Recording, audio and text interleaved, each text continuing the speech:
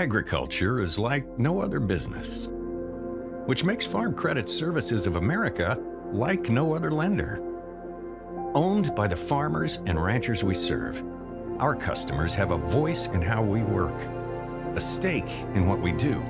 Hi, this is Kristen Cunningham with Chic Boutique by Kristen & Company in Centerville, South Dakota. We're an all-size inclusive boutique offering sizes small through 3X on many items, including denim jeans and jackets, shackets, pants, skirts, graphic tees and sweatshirts, joggers, school swag, hats and caps, many fashion accessories including purses and lots of jewelry. And we also offer gift items for birthdays and weddings. Get your shopping fix at 636 Broadway Street, Centerville, South Dakota, open Tuesday through Friday, 10 to 7 and Saturday, 10 to 4. Let's be real. You work, you worry, you wait, you wonder. These are the challenges of life on the farm. As a community bank, First Bank and Trust understands this rural reality. We're big enough to help ag producers grow for the future and small enough to get to know you right now. Our ag bankers have ag backgrounds, which means we'll help you work through the tough years and make the most of the great ones. First Bank and Trust. Real banking, real easy. Member FDIC, Equal Opportunity Lender. In times like these, it's good to know there's a place where people know who you are, no matter how long you've been gone. A place where the smells of home cooking are still in the air, where a simple wave warms your heart, and sharing stories is just a way of life. It's good to be home. Agraria Insurance Company, protecting what's important in life. Contact your local Agraria Insurance Company agent. Limestone canyons, flowing waterfalls, and pristine beauty make Spearfish a sanctuary for those seeking the ultimate escape. Outdoor enthusiasts will find top-notch sport climbing, mountain biking, and UTV OHV trails. Guests are steps away from peaceful hiking trails and tranquil streams. Relax and rehash your day's adventure at one of our award-winning local breweries. Finding rest is an important part of any adventure. Lodging in Spearfish comes with a variety of choices, from cabins, B&Bs, and campgrounds to the comforts of your popular brand-name hotels. To find your unique adventure in Spearfish, go to visitspearfish.com now.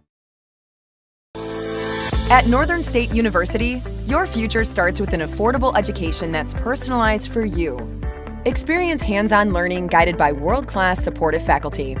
You'll also enjoy a full campus life with opportunities to choose from numerous student activities and events, all in a safe, welcoming community.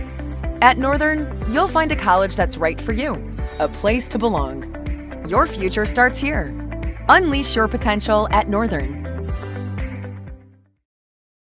The innocence of youth.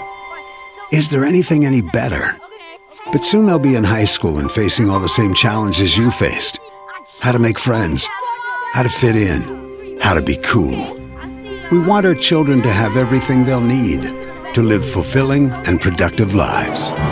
Make sure the kids in your family are among the more than 57,000 participants here in South Dakota who take part in high school sports or activities.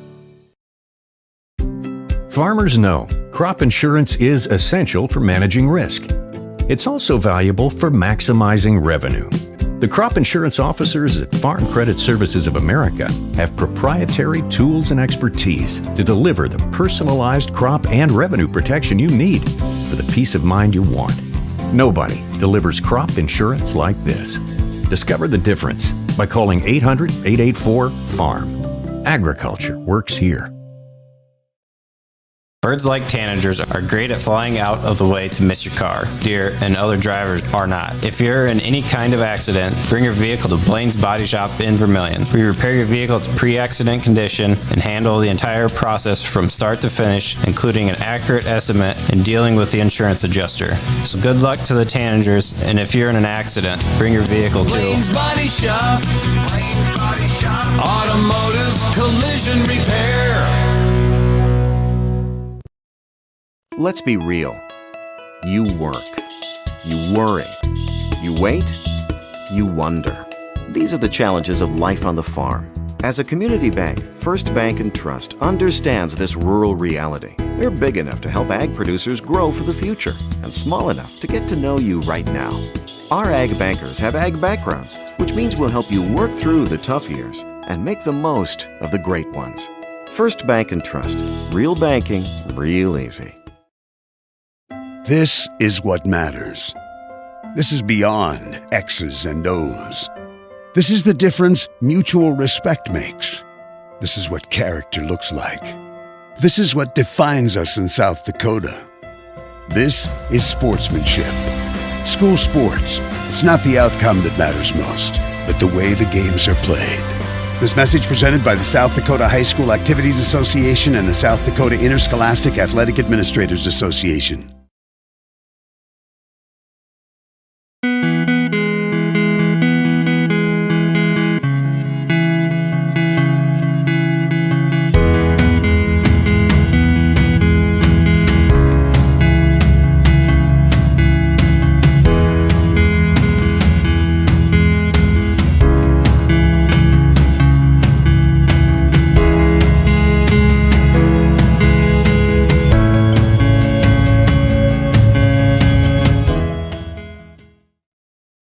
Times like these, it's good to know there's a place where people know who you are, no matter how long you've been gone. A place where the smells of home cooking are still in the air, where a simple wave warms your heart, and sharing stories is just a way of life. It's good to be home. Agraria Insurance Company, protecting what's important in life. Contact your local Agraria Insurance Company agent.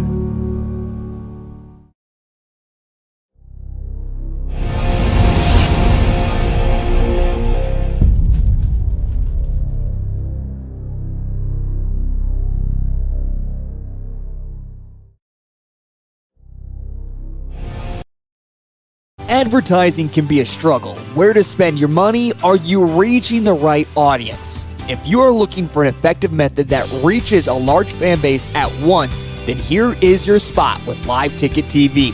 With over 65 schools in the state of South Dakota, we can help you find the right market. Plus, you can work with me, Heath, and a portion of all sales made go right back to the school. Get a hold of me today and let's get started in helping build your brand with Live Ticket TV. At Northern State University, your future starts with an affordable education that's personalized for you. Experience hands-on learning guided by world-class supportive faculty.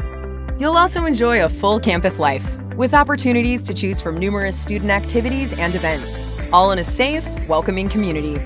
At Northern, you'll find a college that's right for you, a place to belong. Your future starts here. Unleash your potential at Northern. There's no better organization that gives back to the student athletes than the Booster Club. The Vermillion Booster Club is committed to helping all student athletes grow. Join the Tanager faithful today by becoming a member at GoTanagers.com. While you're there, check out team apparel for your favorite sports team. Like them on Facebook to stay up to date on all the latest information and sports games. Join the Vermillion Boosters today and go Tanagers!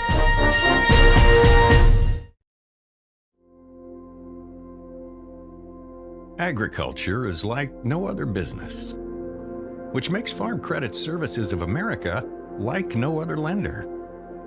Owned by the farmers and ranchers we serve, our customers have a voice in how we work, a stake in what we do, and share in our success. Discover a lender that works for you at Farm Credit Services of America.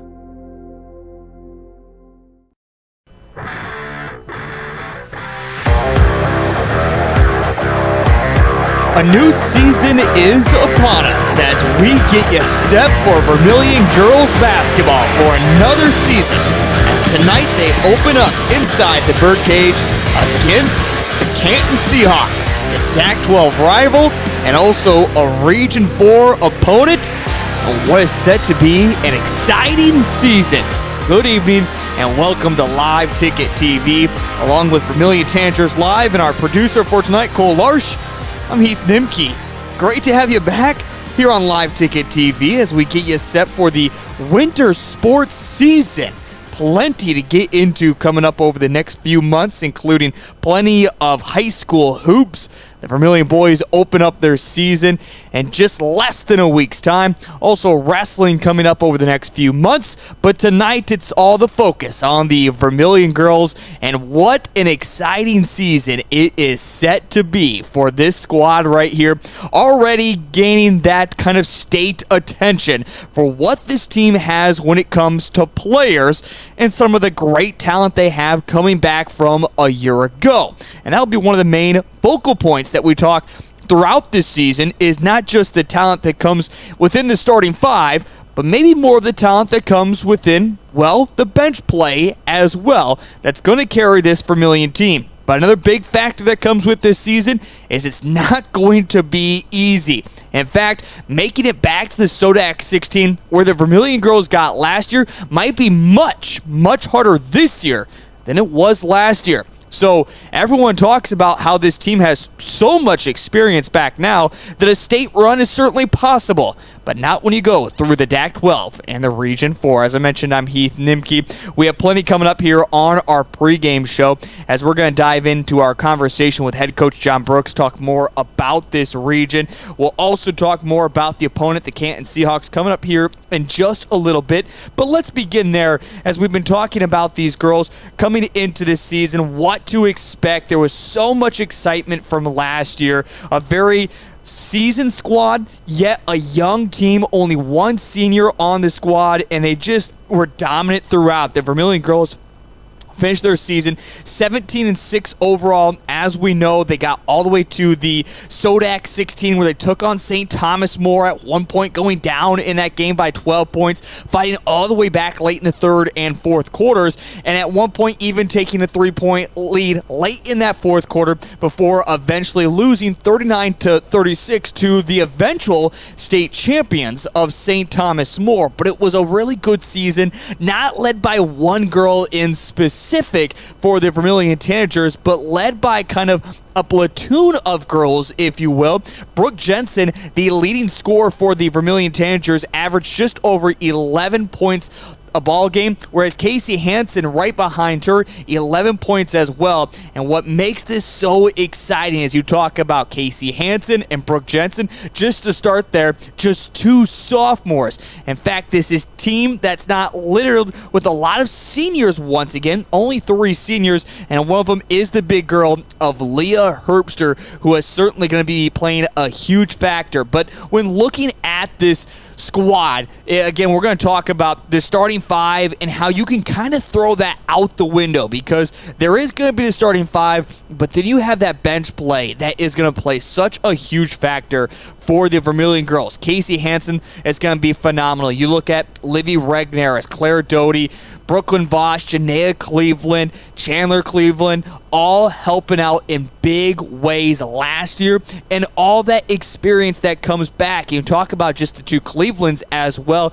2 juniors there. Even Brooklyn Voss, who had a phenomenal season during the volleyball year, also a junior. So we're going to get more into this conversation with head coach John Brooks, but an extremely young team that continues to grow but has so much experience. Now, one other thing we want to mention is this Region 4 last year, or maybe even the past couple years, it has really been dominated by the Dakota Valley Panthers. Well, the Panthers have lost quite a bit of talent, but then you look at all the other talent that has returned across the state of South Dakota. You have to talk about the T area Titans, a lot of returning talent back for them. Canton did not lose, only one senior they lost last year.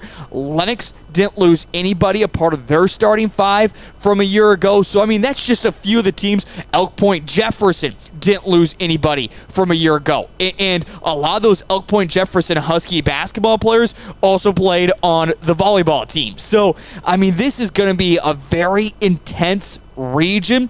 Whoever makes it out into the Sodak 16, I would certainly say has a very good chance at making some noise in the state tournament, but you have to get outside of the region first. But first, Before any of that happens, you just have to focus on one game at a time, and it is the season opener against the Canton Seahawks. It is time for our first time out here of the pregame show, and when we come back, we'll talk more about this matchup between the Canton Seahawks, talk a little bit more about the focal points and what we're going to be seeing from the Vermillion Tanagers, and yet a little bit later on, we'll catch up with head coach John Brooks here on the pregame show and talk about the expectations. Yes, the expectations are to make it to state. Those are the expectations each and every year, but how realistic are they now from a year removed after that great run to the Sodak 16? That's all on the way here on Vermillion Tanagers Live and Live Ticket TV. Hi, this is Kristen Cunningham.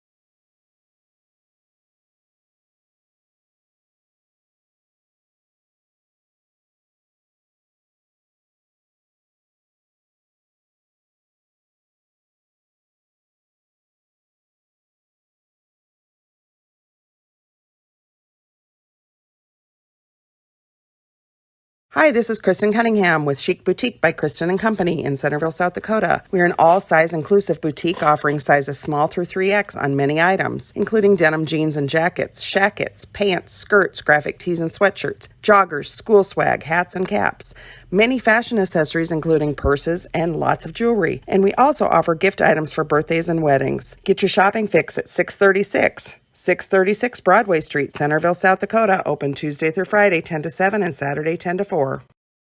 Let's be real. You work, you worry, you wait, you wonder. These are the challenges of life on the farm. As a community bank, First Bank and Trust understands this rural reality. We're big enough to help ag producers grow for the future and small enough to get to know you right now. Our ag bankers have ag backgrounds, which means we'll help you work through the tough years and make the most of the great ones. First Bank and Trust. Real banking, real easy. Member FDIC, Equal Opportunity Lender. In times like these, it's good to know there's a place where people know who you are, no matter how long you've been gone. A place where the smells of home cooking are still in the air, where a simple wave warms your heart, and sharing stories is just a way of life. It's good to be home. Agraria Insurance Company, protecting what's important in life. Contact your local Agraria Insurance Company agent. Limestone canyons, flowing waterfalls, and pristine beauty make Spearfish a sanctuary for those seeking the ultimate escape. Outdoor enthusiasts will find top-notch sport climbing, mountain biking, and UTV OHV trails. Guests are steps away from peaceful hiking trails and tranquil streams. Relax and rehash your day's adventure at one of our award-winning local breweries. Finding rest is an important part of any adventure. Lodging in Spearfish comes with a variety of choices, from cabins, B&Bs, and campgrounds to the comforts of your popular brand-name hotels. To find your unique adventure in Spearfish, go to visitspearfish.com now. At Northern State University, your future starts with an affordable education that's personalized for you. Experience hands-on learning guided by world-class supportive faculty.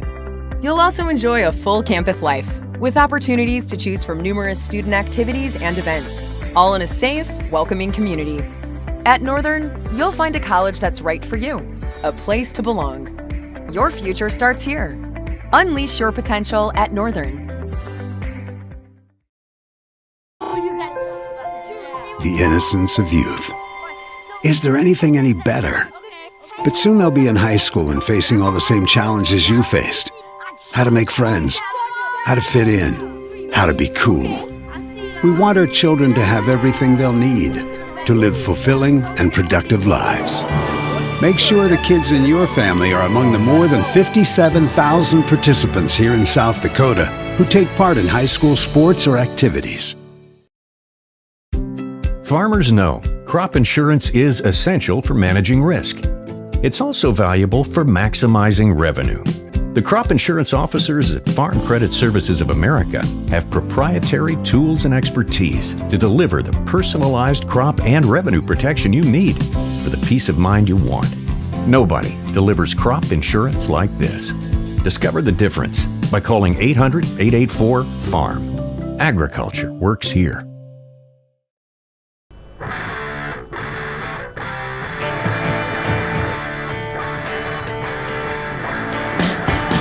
Welcome back inside the Birdcage as we get you set for the season opener for the Vermillion girls in just the single game this evening, taking on the rivals to the north, the Region 4A opponent, and also a DAC 12 opponent as well, the Canton Seahawks. Along with our producer, Cole Larsh, I'm Heath Nimke. Great to have you along here on this Monday night, getting you set for an excellent night of hoops here inside the Birdcage. Tonight's broadcast is brought to you by Blaine's Body Shop. Blaine's has now expanded, now with more room than ever before. Blaine's is your trusted source for auto body repair, minor dents and scratches to full restorations. Blaine's can take care of it all, even the insurance. If you need body work done with your car, take it to Blaine's Body Shop. Well, before we talk more about this squad for the Vermillion Tanagers and just a very anticipated, very exciting season upcoming for the Vermillion girls. Again, a team that made it a run to the SODAC 16 last year. They're looking to get past that point this year into a state playoffs, or I should say to the state tournament is what they're looking to do, but it is going to be extremely tough. And first, let's talk about why it's going to be so tough as we pull up the standings here. Now, when it comes to the Region 4A, I mentioned it earlier, as of right now, nobody has gotten their season underway. Now, here in the state of South Dakota, teams have gotten their season underway, including several teams from AA all the way down to B. But when it comes to this Region 4A, nobody has gotten their season started yet. But when looking at what we're going to be seeing, it's going to be extremely tough to get out of this region. We talk about the DAC 12 and how much of a gauntlet it is for any team, whether it's on the boys' side or the girls' side, to go through. And it usually turns out to be a DAC 12 team that wins a state title on the girls' side and boys' side. Girls not last year, but of course on the boys' side there was with Dakota Valley. Again, the girls, it was ended up winning by St. Thomas More, who eliminated Vermillion from the SODAC 16. But when you look a little bit more specific at this region, that's what playoffs come down to. And you take this region, and only 2 teams will make it to the SODAC 16 before they're reseeded. Beersford's going to be another strong team once again this year. They have been building the last several years. They've lost a couple good seniors from a year ago, but otherwise an extremely young team. They'll be looking to continue to build on that. We're going to talk more about just Canton here in a moment. We're going to skip over them. Dakota Valley actually might be a team that takes a step backwards from a team that made the state tournament this year, but they're still going to be a team that is going to give everyone fits around the state of South Dakota. You can't look past this Panthers team and what they're capable of. The Rosenquist girl is gone. That is probably an advantage the rest of the region has, but still a lot of talent within Dakota Valley. Elk Point Jefferson, another young team that we're going to be talking about. All the returners are back from a year ago. A volleyball team that made a deep run into the state tournament. They look phenomenal this year. They look like they can be really good on the basketball court. A lot of those girls that play on the volleyball team play on the basketball team as well. Another team, Lennox. Lennox is a team that had a lot of issues over the past year, not with just injuries, but losing a lot of talent from a couple years ago when they made it to their own state tournament. The difference is all those girls got playing time last year. Their whole entire starting 5 is back, just like the Vermillion Tanagers, and they look to be making a deep run.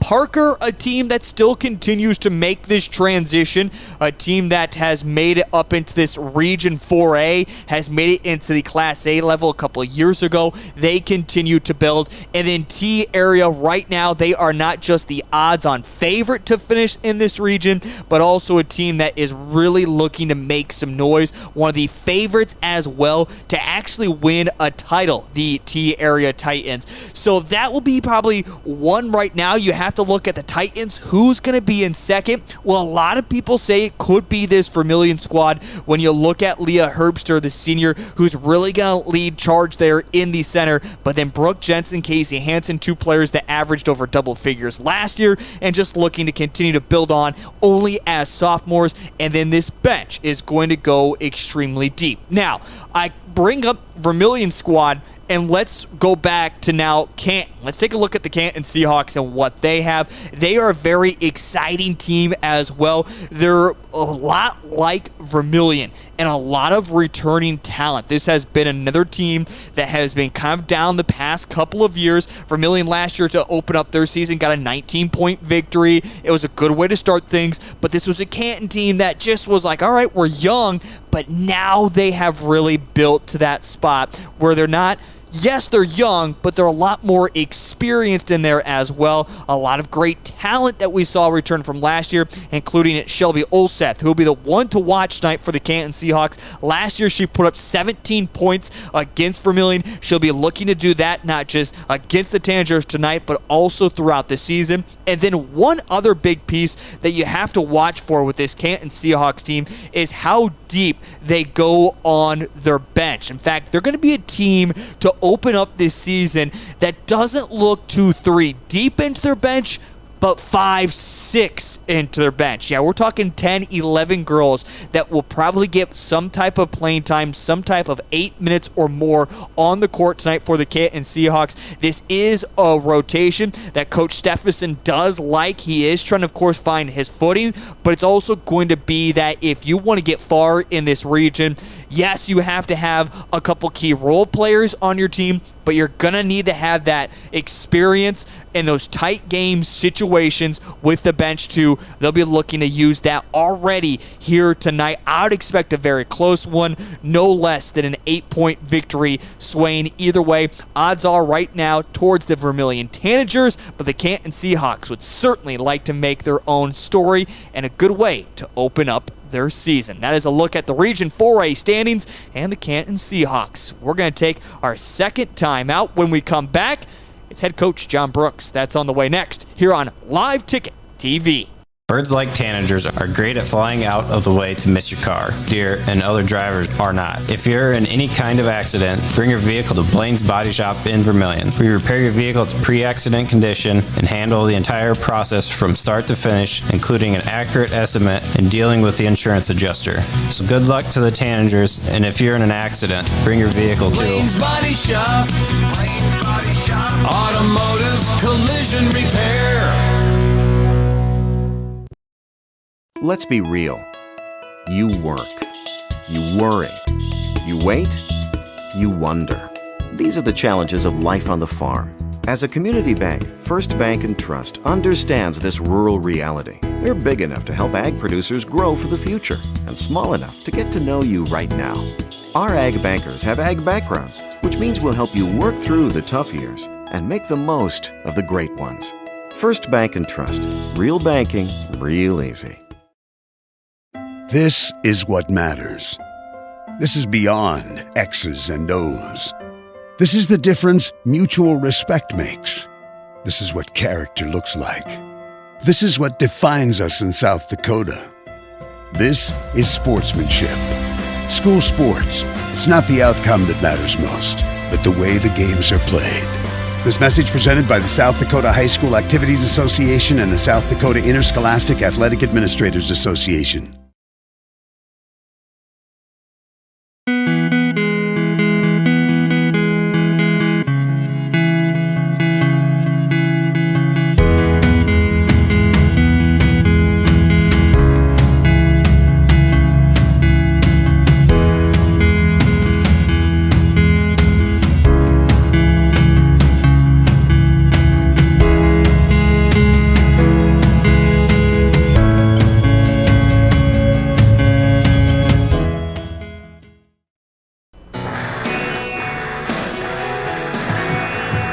Here at the Live Ticket TV pregame show as we get you set for opening tip. The starting lineups for both the Canton Seahawks and the Vermillion Tanagers are coming up here in just a moment. And welcome back to Inside the Birdcage, as it is that time to get to our coach's interview as we catch up each and every game with head coach John Brooks talking about where he's at in the season. Well, tonight's conversation is all about the opening of this season and taking a look at where these girls were from a year ago to now progressing and getting ready for a very exciting season. Again, this has been kind of that momentum, the building over the past 2 to 3 years of what this team could be, only losing seniors at a very minimal clip, including last year, only losing one senior, and the entire starting five is back once again for this year, and now still even having Casey Hansen, Brooke Jensen, who are playing as 8th graders, now as sophomores. Then you have a couple more big seniors, Olivia Regneris, Leah Herbster, Claire Doty, all giving big minutes, and then the junior support as well. Voss, the 2 Cleveland twins, and even more. This is certainly set up to be in a very exciting, a very experienced Vermillion girls team. But with that experience also comes a lot of other experience across the state of South Dakota, and more specifically inside this region, that is going to make it tough to get out of. It's time to get to our coach's conversation as I caught up with head coach John Brooks earlier today, and we talked exactly about that, how tough this region is going to be, and who is not going to be maybe the 1-2 key role players a part of this team, but what ultimately is going to take if this team wants to make a run at a state title. Here he is on our pregame show. It's head coach of the Vermillion Tanager girls, John Brooks. Well, Coach Brooks, we get ready to open up another season. Very exciting what we have going into this year. And let's first start, I guess, with the expectations. It was such a magical run with this team last year, making it to the SODAC 16, eventually losing to the state champions. I know your conversation has been each and every year that you guys write up on the wall in the locker room that it is a goal to make it to the state tournament. But how stacked the DAC 12 is this year, it's more stacked than ever before, and even more specifically inside this Region 4A, maybe the goal is this year just to get out of the region. I mean, what are the expectations as we get ready for another season?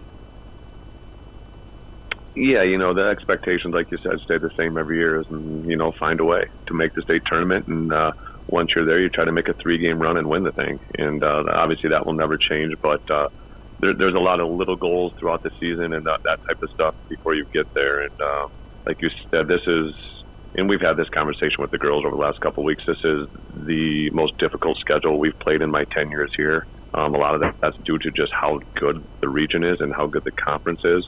But like you said, tough loss to end the season last year.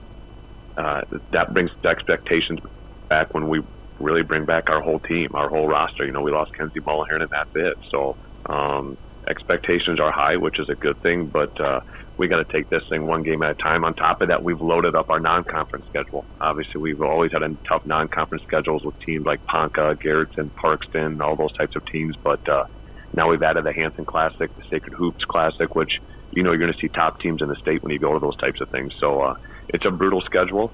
So we got to keep our expectations in check, and we really got to take it just one game at a time. Well, let's talk about this squad that we're going to see this season. You talked about just losing Kenzie from a year ago. So many people returned back, including Casey Hansen, Brooke Jensen, 2 players that averaged double figures. Otherwise, everyone was kind of close to that mark. I expect, of course, Brooke Jensen's getting a lot of media attention. Her last name is going to help out with that, of course, with her family that she has had. But who is going to be the leader on this team? Who is going to be the spoken leader that really steps up and takes charge with these girls? We have our 3 seniors, and we have a good 3 seniors. They're our captains this year with Leah, Claire, and Libby. And we'll rely on those girls, for that leadership. But we also have other kids. I think Chandler and Janaea Cleveland are really good leaders for us vocally. And it really runs through all of them. Brooklyn Voss, Brooke, Casey, like you said. It's a group of kids that really enjoy each other. Their team chemistry is fantastic. So I think it's just a combination of everything. I think, especially on the floor, I think our biggest asset is our balance. We have a bunch of kids that can put the ball in the hoop. We don't have to rely on 1 or 2 kids every night, and that's something that we have to use to our advantage moving forward. When looking at this squad, I guess I'll just throw this out there right now, Hansen, Regnerus, Herbster, Chandler Cleveland, and Jensen are going to be a part of your starting five. But when I look back to last year, I think a lot of your success and the reason why you had such a deep run was you were able to come off the bench and bring another 2-3 different key girls in that really made an impact, kind of like a different winter sport of hockey, having that line change. Are we going to be seeing that from your squad once again this year? Yeah, we feel like we have all 8 of those girls back there on the rotation, and they can all do really good things. It's something we've talked about. We don't really look at it like we have 5 starters and 3 bench players. We have a rotation of 8 kids, and they're all going to play a ton. We don't feel like we lose anything. Whoever's coming off the bench at that night, we don't feel like we lose anything when they come in. It's just more energy, more fresh legs, and let's get after people. And, our starting lineup, we've told the girls, is going to get mixed up this year, but I think we have the versatility to switch it based on who we're playing. And they understand that, and that's fine with them. They just know that whether you're in the starting lineup that night, whether you're coming off the bench, your minutes are going to be there. We're going to rotate. We're going to try to keep you fresh. And I think that's probably our biggest advantage when we head into games this year. Well, getting ready for the first game of this season, that's the Canton Seahawks, and we talk right away about how this region is going to be so difficult. I look at the starting 5 for the Canton Seahawks. I don't really know if there's a whole lot of change from them last year. I mean, Shelby Olseth went off for 17 points a year ago against your team. This is just a stacked Canton Seahawks team that has gained a lot more experience over the past 2 to 3 years. What do you see from them on paper that you really need to shut down as you open up with the first game of the season? Yeah, they're similar to us. They had 1 senior last year. They had everybody back, and they're really good. 2 all-conference guards with Olseth and Lease. It kind of starts with them. But they have other really good guards, both the Meister girls. The Bryn Oakland girl is going to be a big factor for them this year. She can really play. They're young with those sophomores and some juniors, and then they got some good size. Obviously, they got the Abbas girl back, but the Roseboom girl. But I think the difference with Canton this year from last year to now is the Vanderweerd inside. The big 6'2" girl. She was a freshman last year. She's a sophomore now. I think she's going to have a big impact for their team, and she brings them something that they didn't have last year, and it's just going to make them very, very good offensively. Coach, you talked earlier about the classics that you have coming up for your squad, and just looking at this schedule as well. This is not maybe a schedule that plays in your favor this year when I talk about being at home. A lot of games either at those classics of neutral sites or on the road. I believe it's 7 games as of right now on the home schedule. How much do you have to enjoy the moment when you're playing at home and getting ready for the season opener inside the Birdcage?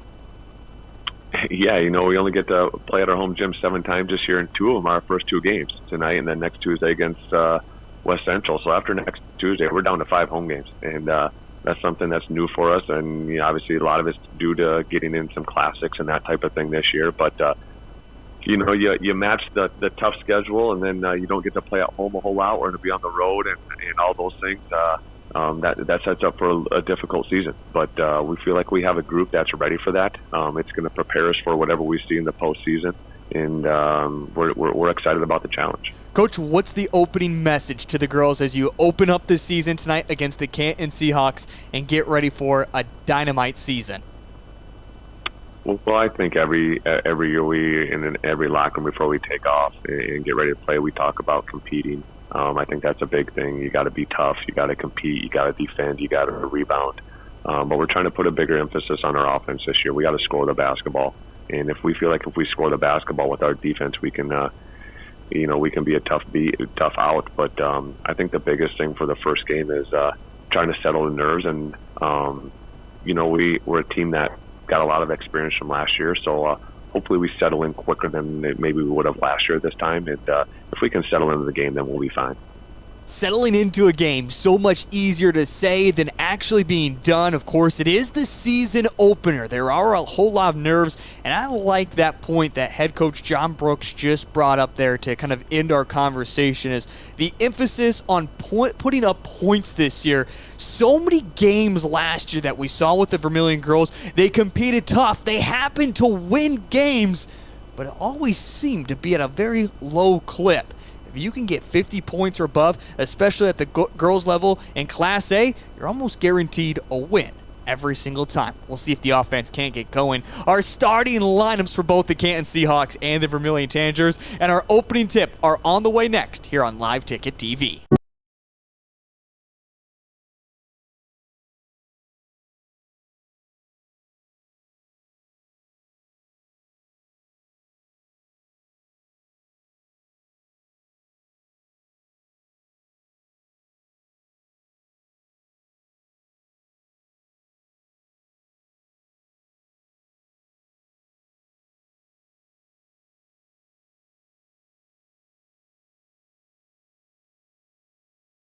In times like these, it's good to know there's a place where people know who you are, no matter how long you've been gone. A place where the smells of home cooking are still in the air, where a simple wave warms your heart, and sharing stories is just a way of life. It's good to be home. Agraria Insurance Company, protecting what's important in life. Contact your local Agraria Insurance Company agent.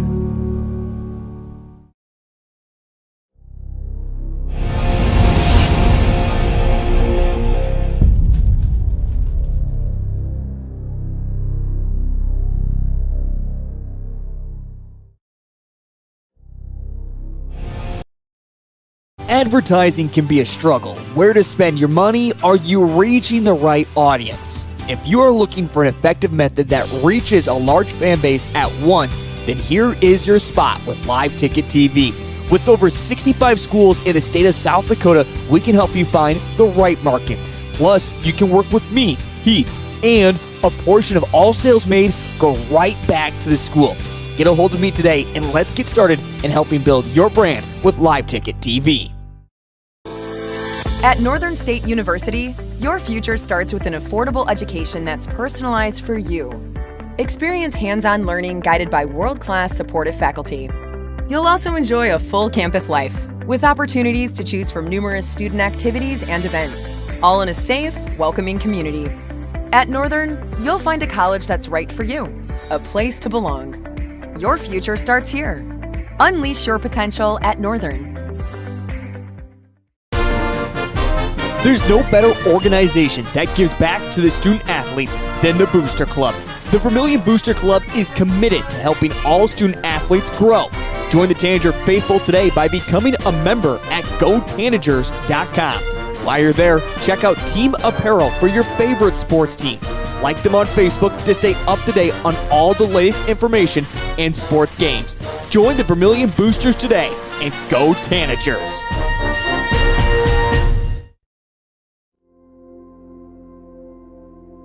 Agriculture is like no other business, which makes Farm Credit Services of America like no other lender.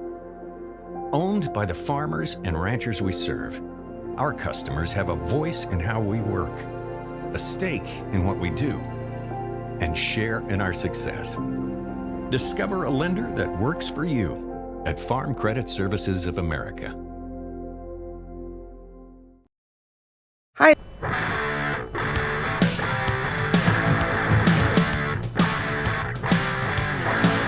We get set for another season of Vermillion basketball here on Live Ticket TV as we get into our starting lineups for both the Canton Seahawks and the Vermillion Tanagers. Let's take a quick look at the Canton Seahawks. Tonight their starting five will be number 1, Lakin Meister, the 5'6" senior guard. Number 2, Breen Oakland, the 5'8" sophomore guard. Number 3, Shelby Olseth, the 5'8" sophomore guard. Number 12, Amanda Lease, the 5'8" sophomore guard.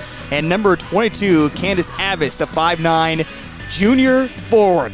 Head coach is Andrew Steffen of the Canton Seahawks. As they introduce the cheerleaders, let's get into our starting five of the Vermillion Tanagers. A starting five that is very familiar from a year ago. Maybe a little bit of questions going into would one player be featured after she missed all of the fall season due to an illness, but Libby Regneris has been cleared to play basketball. She's good and ready to go. So, for 23 times last year. And to start off game number 1 this year, let's get into our starting 5. It'll be number 1, Casey Hansen, the 5'8" sophomore guard who averaged 11 points a ball game last season. Behind her will be number 3, Livy Regnerus, a lot of general to this offense, bringing the ball up court for the Tanagers. She's the 5'5" senior guard. After that, it comes into the length of the Vermillion Tanagers. Number 15, Leah Herbster, the 6'1" senior center who averaged just over 6 points a ball game. It is now her 3rd consecutive season as a starter. After that, it's number 22, Chandler Cleveland, the big body inside, really battles tough for rebounds, the 5'8" junior guard. And finally, she is already getting the attention of the state of South Dakota, number 33, Brooke Jensen, the 6'1" sophomore guard who averaged 11.5 points last season. Again, it was the same starting 5 that we saw every single game last year is the same starting 5 this year, but head coach John Brooks has already brought it up.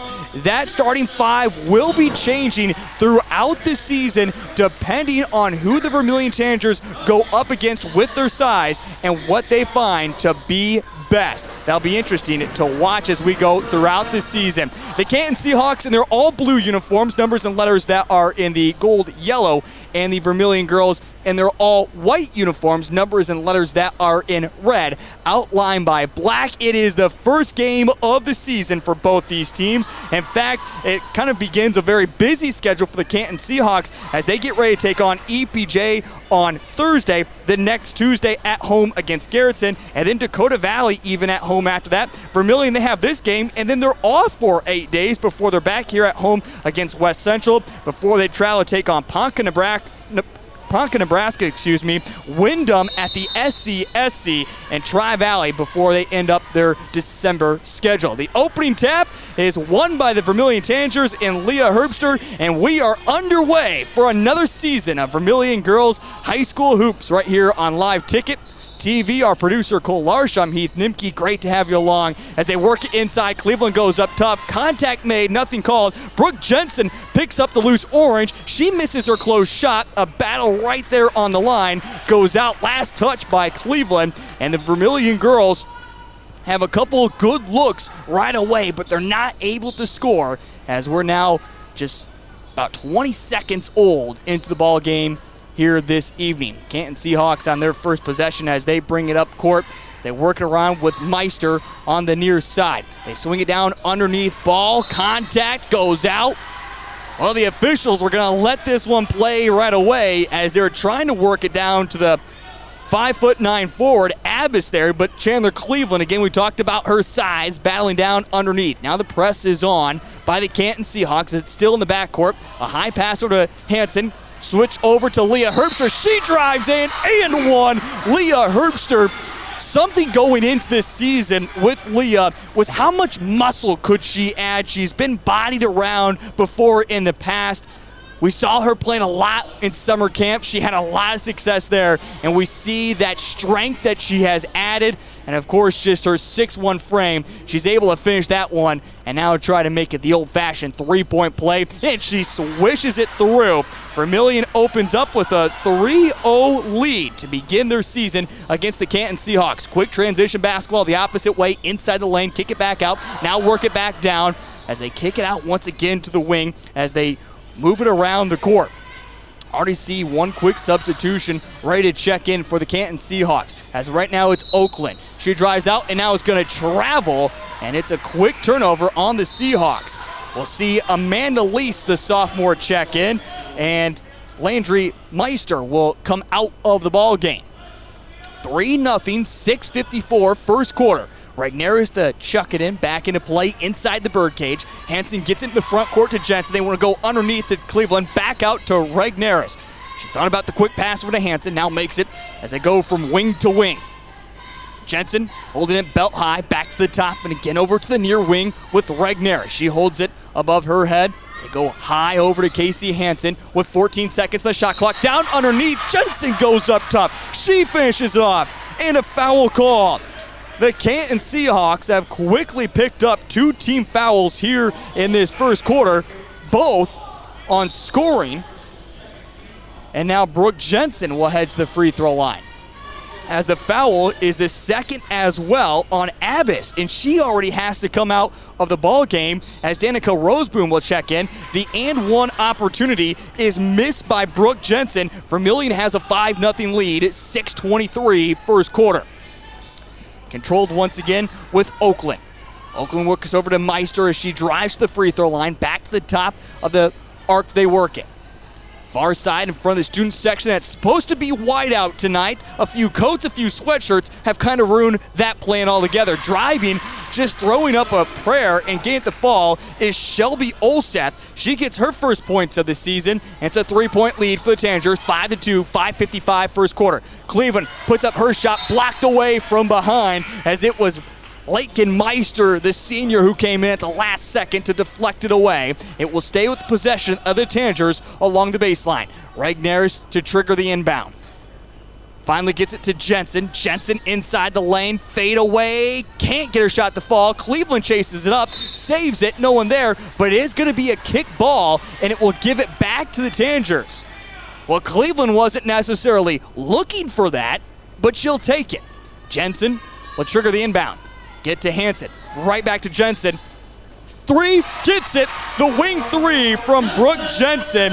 Already 5 points for her in the ball game, and the Tanagers take a 5-point lead. Now catching up with Casey Hansen and her shoot-around earlier this afternoon, she said, we expect to win by 15 to 20 points.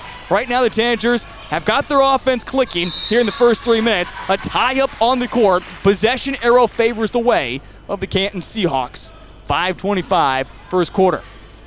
And that certainly was a good emphasis that head coach John Brooks brought up in our pregame interview. Want to get this offense going more than ever before. That firepower is there. They won so many games last year by the skin of their teeth. They don't want that this year. Driving in, Hansen can't finish off her shot as she's still looking for her first points. But then a double dribble is called. And right now, the youth of the Canton Seahawks is really starting to show here in the first 3 minutes, and certainly in the first game of their season. Again, this isn't necessarily the opening night for high school hoops. That was last week. But not too many games going on tonight. Now the Tanagers force a pass inside. Casey Hansen with the turnover, uncharacteristic of her. And now we're going to get a foul called on the drive. The foul will go against Leah Herbster, picking up her first personal and the first team foul. So the Seahawks will inbound it as they get it to Oakland. Oakland guarded closely by Brooke Jensen. Tanagers playing a little bit of man-to-man right now with a 6-point lead, 4:48 first quarter. Control at the top is Amanda Lease. Now trying to throw it down underneath. It's Cleveland who deflects it away, but the Seahawks recover with the basketball. Over to the near wing three-pointer. This one swishes through. Had just a moment of space, and that one was a big shot for Caddy off the bench. Her first 3 points of the ball game. And it's back to just a 3-point lead for the Tanagers, and now a reach-in foul is called, and this one will go against Leah Herbster.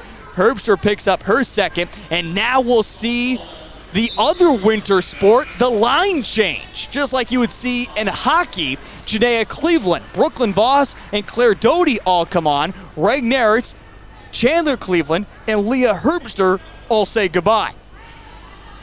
Now again, these three girls who check onto the court for the Vermillion Tanagers have plenty of experience. Canton Seahawks also made 2 changes. We'll get to those here in just a moment as they continue to go deep into their lineup. And that's what head coach Stephenson mentioned for the Seahawks. He wanted to go deep into this lineup. He said expect 5-6 girls to come off the bench. Before the shot, a foul was called, a reach in. This one will go against the Tanagers. This will be on Brooke Jensen, picking up her first personal and the third team foul. So after the Canton Seahawks picked up the first 2, it's been 3 on the Vermillion Tanagers. Tanagers still with a 3-point lead, 8-5, 4:03 first quarter. They work it down to the low block, turnaround jumper, foul called, 2 free throws upcoming. As this time, it was Jenna Vanderweerd who was going up for the shot. Again, she's going to be a huge role player for the Canton Seahawks, not just tonight, but all season long. The foul, by the way, was called on Janaea Cleveland. Cleveland picks up her first personal foul, and now the 4th team foul on the Vermillion Tanagers. The first free throw is good, 8-6. Canton Seahawks draw within 2 on a Vanderweerd free throw. Second free throw, puts 2 dribbles down, throws this one up. This one's off the side iron, and maintains a 2-point lead for the Vermillion Tanagers. Here come the Tanagers quickly in the front court. Quick shot by Brooklyn Voss, and she is fouled. So after we saw a couple of quick 2 minutes put together of just back-to-back action, starting to see foul after foul put together. This is now the 3rd team foul on the Canton Seahawks. This one goes against Vanderweerd, her first personal, and puts Voss to the free throw line. One of the best free throw shooters the Vermillion Tanagers had a season ago. She shot 86% and knocks down her first free throw. 9-6, 3:53 first quarter. Second free throw, that one is good, and off the bench, Voss adds 2. She'll certainly be one of those players that I guarantee gets a few starts underneath her belt. And now a travel, as trying to make the back pass that time was Gwen Lease, the 8th grader, but she traveled before she turned it over. Vermillion basketball nonetheless. On the far sideline, it will be Janaea Cleveland to inbound the basketball. Gets to Casey Hansen. Right now, Hansen and Jensen, the only 2 Tanagers that have not come off the court. Claire Doty over to Jensen. Trying to make the pass to Janaea Cleveland, but this one knocked away by Elise. Quickly the opposite way. They're trying to get to Meister. Loose basketball. Finally picked up. Watch out, Jensen. She took friendly fire from Hansen. Quickly the opposite way. It's Voss to Cleveland to Hansen. She'll shoot the 3. Bingo! Casey Hansen. Her first 3 points of the season come via the way the 3-point line. Vermillion up to their biggest lead of 7, 13-6. Quickly the opposite way. It's the Canton Seahawks. They work it on the far wing with Amanda Lease. Will hand off to her sister, Gwen. Gwen swings it over to the near side with Meister. Meister tries to drive. It's going to be kicked. I don't know about that. That looked like it might have gone more off of a shin. That's fair play. But it will have a stoppage here at 3:02 here in the first quarter, 13-6. Well, Vermillion, last year, they averaged just 9 points a first quarter. 13 already shows a much better, more efficient offense. And that can certainly knock out other teams throughout this season.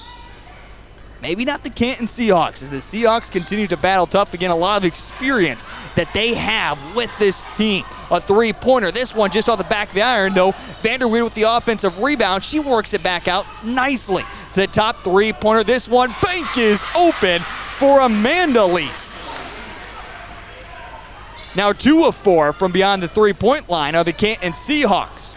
Janaea Cleveland, she'll drive in, the floater off glass, too strong. This goes out, last touch by Vanderweerd as she couldn't grab the rebound. There's substitution as checking into the ball game will be Landry Meister.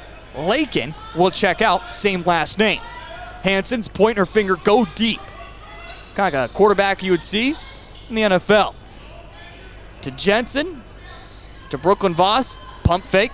The head drives in, goes up strong, gets it to fall. Brooklyn Voss, 4 points for her off the bench. Now, she was a different than what we saw Jensen, Hansen, and Leah Herbster, who played their summer hoops up in Sioux Falls, whereas Voss played down in Sioux City. And trying to drive there, getting tripped up, a foul was called. John Brooks wants a quick explanation. He gets it. We're going to see Livy Regneris, Chandler Cleveland check back in. Casey Hansen and Brooke Jensen will get their first rest of the ball game. So every starter at least has gotten rest. Jensen also picked up her second personal in the 15th foul. Meister has it. They work it to the top of the key now with Olseth, who's been quiet so far tonight. Haven't called her name much. Vanderweerd with a missed shot, and then a rebounding foul that will go against the Canton Seahawks as they now pick up their 4th team foul. And the foul goes against Amanda Lease, picking up her first personal. 15-9, 1:55, first quarter. Janaea Cleveland up to Claire Doty. Claire Doty back to Janaea Cleveland. Have to get it across the timeline. Just a bullet pass inside the lane. Doty's able to pick it up. Vermillion holds on to it somehow after it bounced around a lot. Stays with the Vermillion Tanagers as they work it out. It's to Cleveland, to now Livy Regneris. Regneris isn't known as a shooter. 8 seconds on the shot clock. Claire Doty to Voss. 5 seconds. Vermillion has to go. Voss drives. Voss through contact. Nothing called. She missed the iron. Janaea Cleveland got the rebound. She never drew iron. Shot clock violation. Canton Seahawk basketball. 15-9, 119 first quarter. Has certainly been high-octane offense from both teams. Maybe not as many shots falling, though. Here come the Canton Seahawks the opposite way. From the corner, driving in, just throwing up something. This didn't draw anything, but the Canton Seahawks get the loose basketball. Three-pointer top of the key. This one's off the mark. Fighting for the rebound that time was Amanda Lease, but the Tanagers come up with the loose orange. Opposite way, it's Janaea Cleveland across the Tanager logo over to Livy Regneris. Under a minute left to go here in this first quarter. To Claire Doty at the top of the key. Now over to Voss. Back to Chandler Cleveland. To Janaea.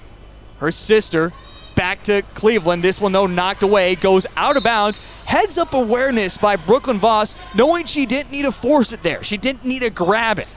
She could take her time with it. Just let it go out of bounds. And it'll be Livy Regneris to inbound the basketball. Great to have you along here on a Monday night as we open up the season for both the Canton Seahawks and the Vermillion Tanagers. Of course, Canton and Vermillion both a part of the Live Ticket TV family. Shout out to Lennox as well, as they have joined the Live Ticket TV family just this past week. Janaea Cleveland, off glass. This one's good. Her first 2 points of the ball game. Spread out scoring from the Vermillion Tanagers, and they have an 8-point lead with 17 seconds, and now a reach and foul. The 6th team foul bonus upcoming. Next foul. The foul goes against Claire Doty. Doty picks up her first personal.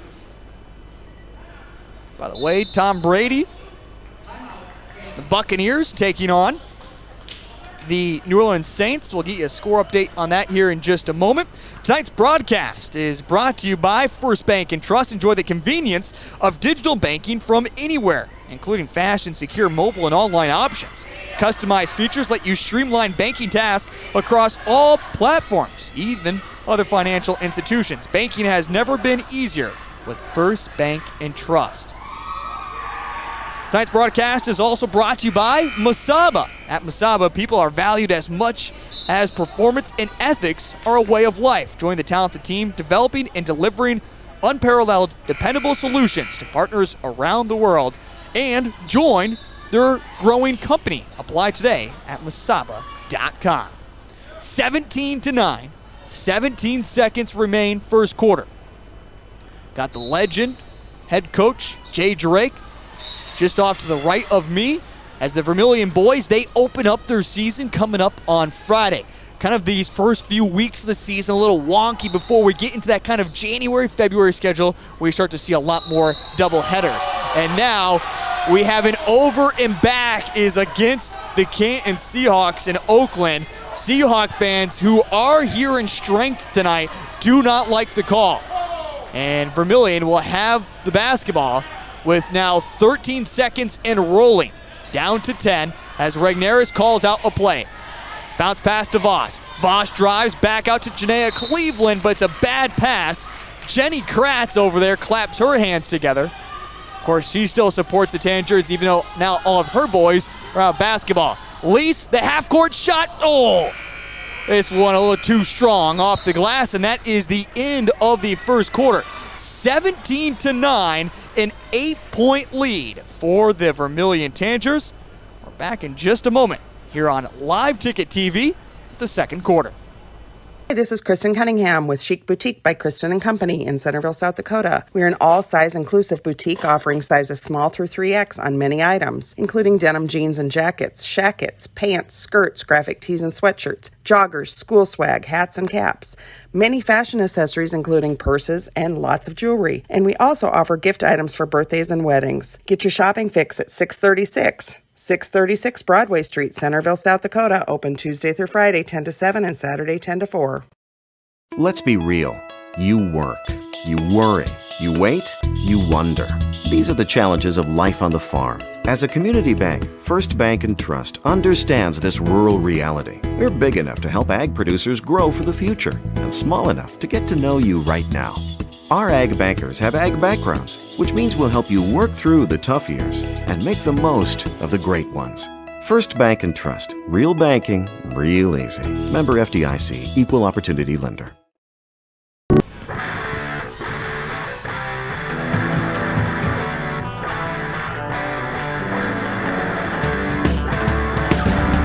Along with our producer, Cole Arts, I'm Heath Nimke. Great to have you along on Live Ticket TV. 17 points. Good way to start off the basketball season for the Vermillion girls in the first quarter. Certainly the offense clicking, and I feel like we really didn't even see anything going. Just a lot of spread out scoring for the Vermillion girls. As Vermillion, they come out in the second quarter back with the original starting five back out there as they try to force a pass underneath. Now their sixth turnover of the ball game for the Vermillion girls. Three-pointer, this one just off the mark. If the Canton Seahawks could find that a few more times, they'd be in good shape. Brooke Jensen and Leah Herbster both picked up 2 personal fouls. Brooke Jensen led the way with 5 points in that first quarter. Leah Herbster had 3 of her own. Casey Hansen with 3 of her own. Brooklyn Voss with 4 off the bench. And Janaea Cleveland had 2. 5 different scores for the Vermillion Tanagers in that first quarter. We'll give you more here on the Canton Seahawks in just a moment, as their scoring was also very, very spread out. In the lane, kick back out now as they try to work it around. Get it over to the sophomore Lease. Back to Meister. Meister still looking for her first points. Back to Lease. Three-pointer. Gets it. She now has 6 points in the ball game. Both coming, I should say all 6 coming from downtown. And one over and back call there on the Tanagers. Not going to get it. Leah Herbster, she has it. Now she's going to try drive, and a foul is called. Foul will go against Meister, picking up her first personal and the 5th team foul. Olivia Regneris to inbound along the baseline. Again, next foul as well the Vermillion Tanagers give up will be bonus. Inbound to Jensen as she backs her way in. This one is off the mark. Jensen gets it back, kicks back out to Cleveland, to Hansen, to Jensen. Pump fakes the 3. Jensen to the top of Leah Herbster. Oh my goodness! She doesn't shoot the 3. Leah Herbster drains her first look. She went 1 of 6 last year. She just doesn't shoot the 3 and nails the first opportunity she has. 3-pointer the opposite way, off the mark, but a foul called as Leah Herbster tried to close it down. This one, 3 free throws upcoming, her 3rd personal, the 7th team foul, which triggers bonus. And coming off the bench, Caddy, who had a 3-pointer in that first quarter, will be shooting 3 free throws here. And Herbster will be coming out of the basketball game. Caddy will miss her first. Substitution will happen here in just a moment. As Brooklyn Voss is having some commentary with the scorer's table right now. Second free throw. This one is also off the mark for Caddy. And Leah Herbster, head low, heads the bench already with, 6 points in the ball game. Actually the leading scorer for the Vermillion Tanagers. Free throw up, and this one will fall through for Caddy, as she now has 4 points in the ball game, 1 of 3 from the free throw line. Olivia Regneris, oh my goodness, hello. That was like a quarterback on a wide receiver pass interference. A foul called against the Canton Seahawks, as that was Danica Roseboom who got there, way too soon.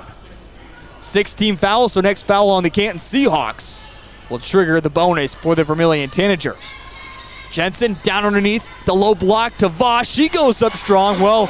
It's the big girls who are getting it done. Brooklyn Voss and Leah Herbster combined 12 points, that's 22 for them. And Vermillion up to a 9-point lead, their biggest of the ball game.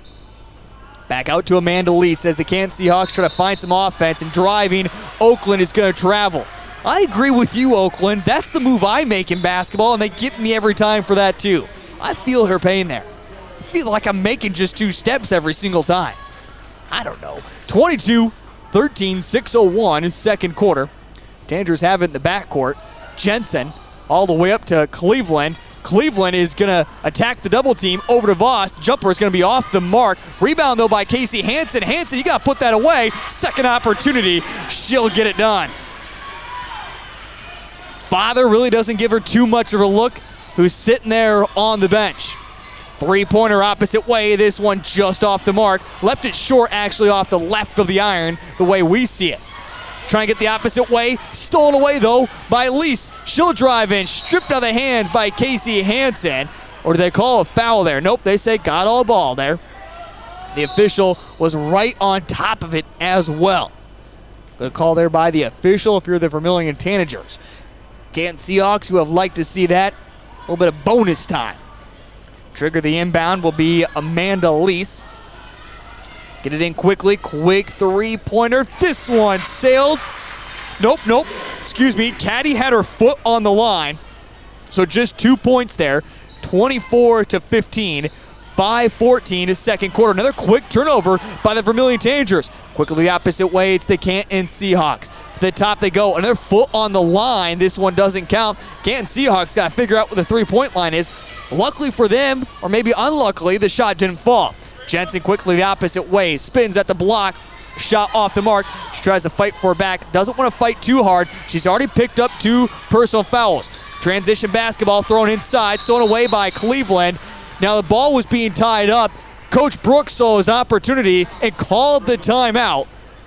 And it will be just a 30-second timeout. 24-15, a 9-point lead. As we get a look at head coach John Brooks. Bring in a former coach himself and also our producer, a man who'll be helping us out throughout the season, calling games as well, Cole Larsch. Cole, this isn't your first time in the birdcage. You got to see it plenty during volleyball season. Enjoying a little bit of a little bit of basketball action so far this evening? Yes, I am, and it's really been good to see that Vermillion has been really good offensively. And that's why they got their 24 points. Lots of movement down low. Really good job breaking the press. But defensively, just a lot of fouls. If they clean those up, this is probably a 15, 20-point game already. Instead of giving them a bunch more free possessions, just clean up the fouls a little bit, and they'll be in much better shape on the defensive end. But anyway, back to your question. Yes, I am enjoying the birdcage. I love it. I love it. Cole Larsch is going to be joining with us. In fact, he'll have the broadcast for you on Friday evening because for some odd reason, my best friends from high school love winter weddings. I'm not a huge fan of them. I turn into Rudolph the Red-Nosed Reindeer when it comes to picture time. My face does not like the cold. A high pass tipped in the air. Cleveland makes a last-second pass to Voss. Unselfish there by Chandler Cleveland as she's still looking for her first points. And now Voss, the leading scorer, with 8 for the Vermillion Tanagers. It's the 11-point lead. Amanda Lease getting double-teamed. Kick it back out to Meister. Get it over to the wing. Try and get underneath to Vanderweerd. Blocked away, though, by Jensen. She stands at 6'1". Grew another inch over the summer. Jensen quickly opposite way. Almost lost it. And they say contact was made before she put up the shot. She's part of the Midco Spotlight players to watch, Brooke Jensen. By the way, that was the 17th foul, so his bonus. The foul comes against Meister, picking up her second personal. Vermillion Tanagers, according to the media, did not receive any votes. However, the coaches like Vermillion a whole lot better. They put them at number 11. Free throw, this one is good by Jensen. Now they go about, well, when it comes to the coaches poll, they go until they just really stop voting. So I think there was 16 teams or so that were receiving votes. Number 1, according to the media, is St. Thomas More. Again, the team that Vermillion lost to in the Sodak 16, eventually going on to win the state title last year. And Jensen makes them both. She is now 2 of 3 from the free throw line tonight. She has 7 points here in the ball game, 28-15. We're halfway through the second quarter. A 13-point lead is the biggest lead the Vermillion Tanagers have had. It's Lease holding it belt high, now puts it above her head, tries to put down the dribble. She almost fumbled it there. Canton maintains possession, 17 on the shot clock, work it down in the lane. They haven't had much room there yet tonight. Fadeaway shot, this one is good for Meister. And Meister picks up her first 2 points of the ball game. 28-17, three-pointer. Casey Hansen leaves it short. Cleveland the offensive rebound. Chandler Cleveland, have yourself a ball game. So all starters have scored now except for Livy Ragnaris, which again, Ragnaris currently is not on the court.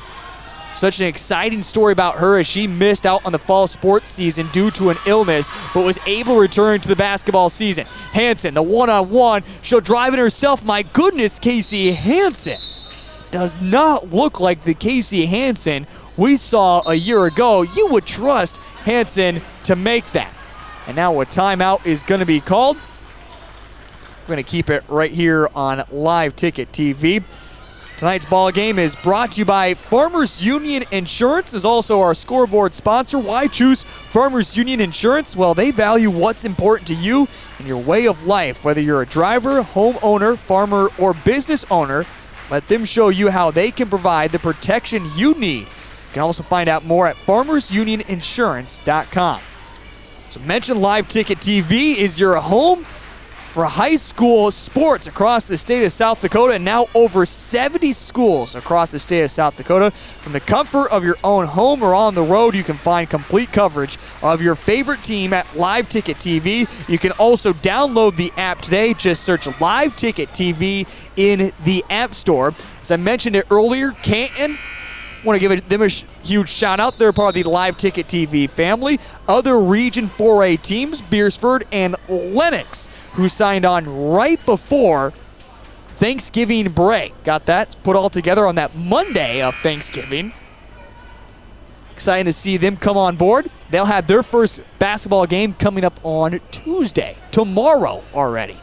Again, the Vermillion boys, they open up their season on Friday, and we'll have all the coverage for you. Two-pointer, this one good for Voss. Her foot was on the line. She now has 6 points, though, in the second quarter, 10 for the ball game, and the Vermillion Tanagers up to a 15-point lead, 32-17. I'm going to bring up the offense here in just a moment once Vermillion goes back on, as Amanda Lease has it at the top of the key.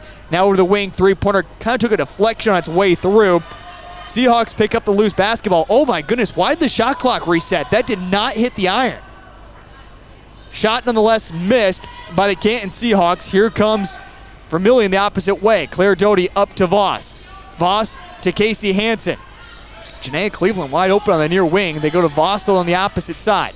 Back out to Doty to Casey Hansen. Get to Janaea. There she is. Bounce pass. Wasn't quick enough to her. Down to the elbow. Back out to Doty. Loose basketball. Doty trying to hold on to it. She saves it, but goes right to the Canton Seahawks. Now quick turnover. Casey Hansen has it. Hansen will just drive in. Split the double team. Oh my goodness. Misses again. Chandler Cleveland, the offensive rebound, cannot finish. And then a reach-in foul against Claire Doty. When Vermillion lost in the Sodak 16 last year against St. Thomas More, they scored just 36 points in that ball game. Again, 32 for them already here in this first half. By the way, the foul was on Claire Doty, picking up her second personal, 8th team, so bonus 1-1 upcoming. By the way, our halftime entertainment will be head coach Jay Drake as he'll catch up with us. We'll give you the preview, the early preview. We'll have a pregame interview with him yet, too. He'll give you a whole bunch of different interviews about what we're upcoming. We'll also give you his perspective as he's watching this girls' basketball game, what he thinks of Vermillion so far here in this opening half. You look at 32 points, you'd say, hey, that's pretty darn good. But it seems like there's been a lot of mistakes that Vermillion can clean up, and certainly will do so. Again, this is the first game of the season for both the Canton Seahawks and for the Vermillion Tanagers. This Canton team is going to be extremely good, too. Far two from Caddy off the bench. This one off the mark, rebounded by Claire Doty. Opposite way comes Janaea Cleveland as she's shouting out instructions. Coach Brooks mentioned she's a vocal leader on this team. Down underneath the Chandler, she goes up tough. Off the side, though, of the backboard. And now all the way back out. Out of bounds. It will be Canton Seahawk basketball. As Lori down there taking pictures. By the way, shout out to Lori as well, as she's going to be helping us out with the graphics all year long and providing pictures for us. So I want to give her a big shout out. Thank you for all the hard work she does as she's down here on our near side. Different perch for me as well this year on the south side of the gym instead of the north side of the gym. That's what happens when you move over to Live Ticket TV, you get a different spot for broadcasting basketball games. Claire Doty over to Casey Hansen. She'll shoot the three. Well, the three-pointer's working for her at least. Hits her second three of the ball game. 8 points for her. 35-17. Again, Casey Hansen said this was going to be a 20-point game in her afternoon shoot-around as I caught up with her and Voss earlier this afternoon. Now ball takes a deflection out of bounds. They say last touch by Janaea Cleveland. Decent hand of fans for tonight. Certainly going to fill up more and more as this season moves along with boys and girls playing on the same night. And now, wow, Amanda Lease tried to throw that out of bounds. And tried to throw it off of a body. As she did so, it hit off of Cleveland, came back off of Amanda and went out of bounds. Well, that's not some good juju there. Casey Hansen, Doty, back to Hansen as she pulls it all the way back to the Tanager logo. Over to Janaea Cleveland, bounce pass to Voss with 17 seconds. They're going to hold for the last second shot here. This is why they're not really setting up the offense. Hansen to Janaea Cleveland, over to Doty with 8 seconds. To Cleveland, rainbow pass to the near wing. Voss three-pointer, this one off the back of the iron. Offensive rebound, Claire Doty fight for the basketball. And was there a timeout called? I believe Claire Doty fell on top of it and called a timeout. And this is a good call. The official was right on top of it, and he was even signaling it there. Cole, what did we see there? I think what happened was we've got a foul called at the buzzer.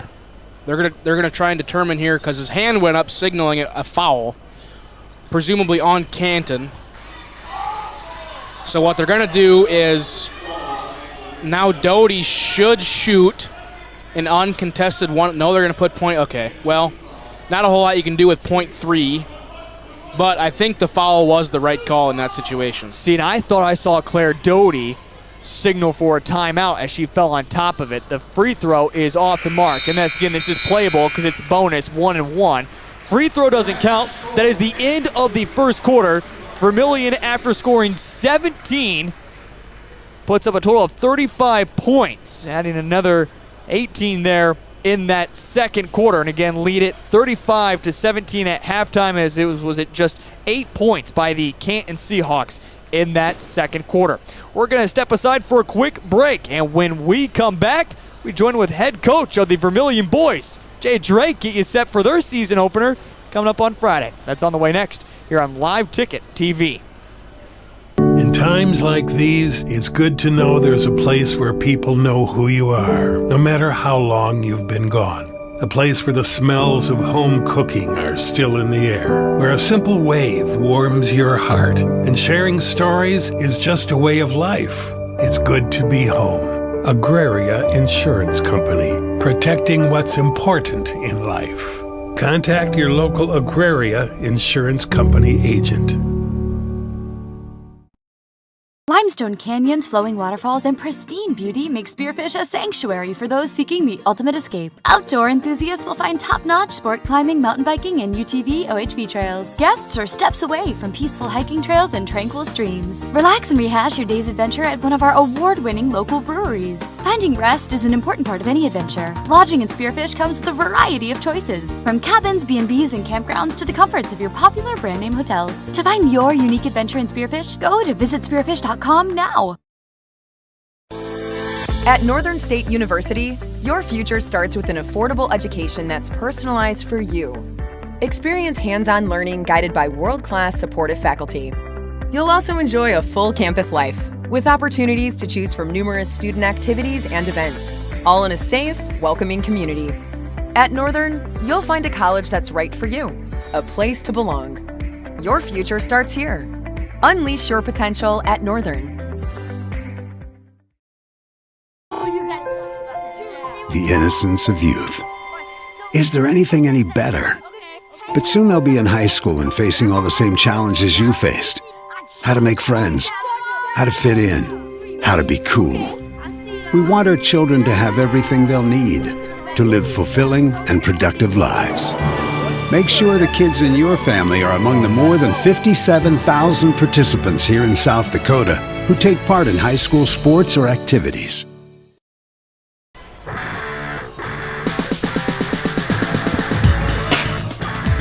Back here at halftime as the Vermillion girls are having some big success to open up their season. A 35-17 lead here at halftime, and we'll get into halftime scores coming up here in just a little bit, but right now we get into head coach Jay Drake of the Vermillion boys.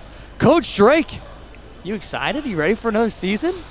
Well, we have to be at this point, right? No matter what, we better get it figured out and be ready to go for Friday night. Well, exciting season upcoming. We're going to get to that here in just a moment. The Vermillion girls, how they played so far. What's the message that John Brooks has given at halftime?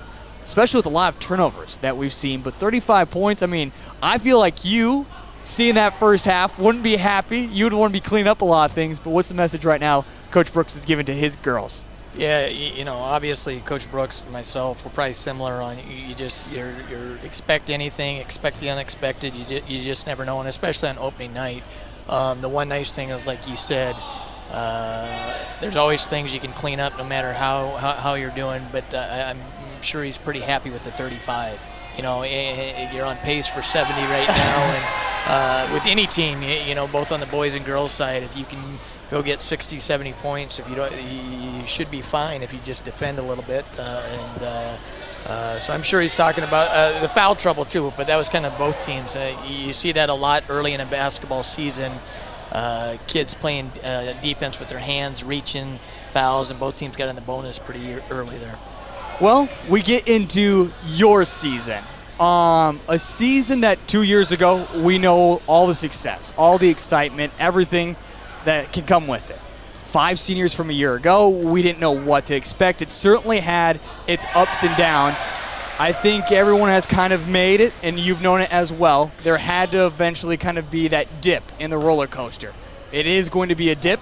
We see a key injury with Ty Hertz go down for football. This has been something that you I don't know if you go to church enough or what you got going that you just have ACL injuries. That's our 5th one in 7 years. With Ty this year, in the last 7 years, we've had the 5th time that we've had a starter too. All 5 of them have been starters. So obviously, it affects our team. But more than anything, you just feel bad for the kid. Charlie a few years ago as a junior. Our other 4 over this span of Brandon Mockler, Rylan Pratt, Max Mayer, and now Ty, they've all been seniors. And for as much as it affects our basketball team, you just feel that much worse for the individual. Yes, absolutely. Not be able to have his senior year, really missed the whole second half of the football season. You're going to miss your whole basketball season. And we were looking for him to be our starting point guard this year and stuff. And then he's been a really good pole vaulter in the track season and has had success at the state meet the last couple of years, and we'll miss that, so you feel bad for Ty. Well, what are we expecting from this season? A lot of youth, but what do you see from your perspective, and what should we be expecting as fans? Yeah, and you kind of said it. We kind of, a couple of years ago, minus the state tournament, the way that went, losing 2 very close ones, but couldn't ask for anything better. Last year we still had a solid nucleus, and the only bad part is we put ourselves in a position where we had to see DV in the second round. And yet that was on us because we had a couple games in the regular season with Lennox, Del Rapids, West Central that went right down the wire, and if we get probably 2 of those 3 games, we wouldn't have seen DV in the second round. We always know we're in a tough conference, very tough region and stuff, but we've had a nice 11-year stretch here. My first 3 years we were kind of just kind of rebuilding things and trying to get them going the right direction. The last 11, we've had some very good basketball teams and been very competitive. Right now, we're in a situation where it's a lot of new faces, and we knew this was going to be the case. But we literally, I was doing a couple media preseason things a couple weeks ago, and we basically, with 5 senior starters, lost 90% of our offensive production, both scoring and rebounding. And like anything, we got to have guys step up, and it's going to take time. And I'm not a real patient person. I keep telling our players and myself that I've got to be patient. We're a young group, and sometimes the only way you can grow is for as much as we do in practice, you got to have game action and get game experience and grow and learn from that.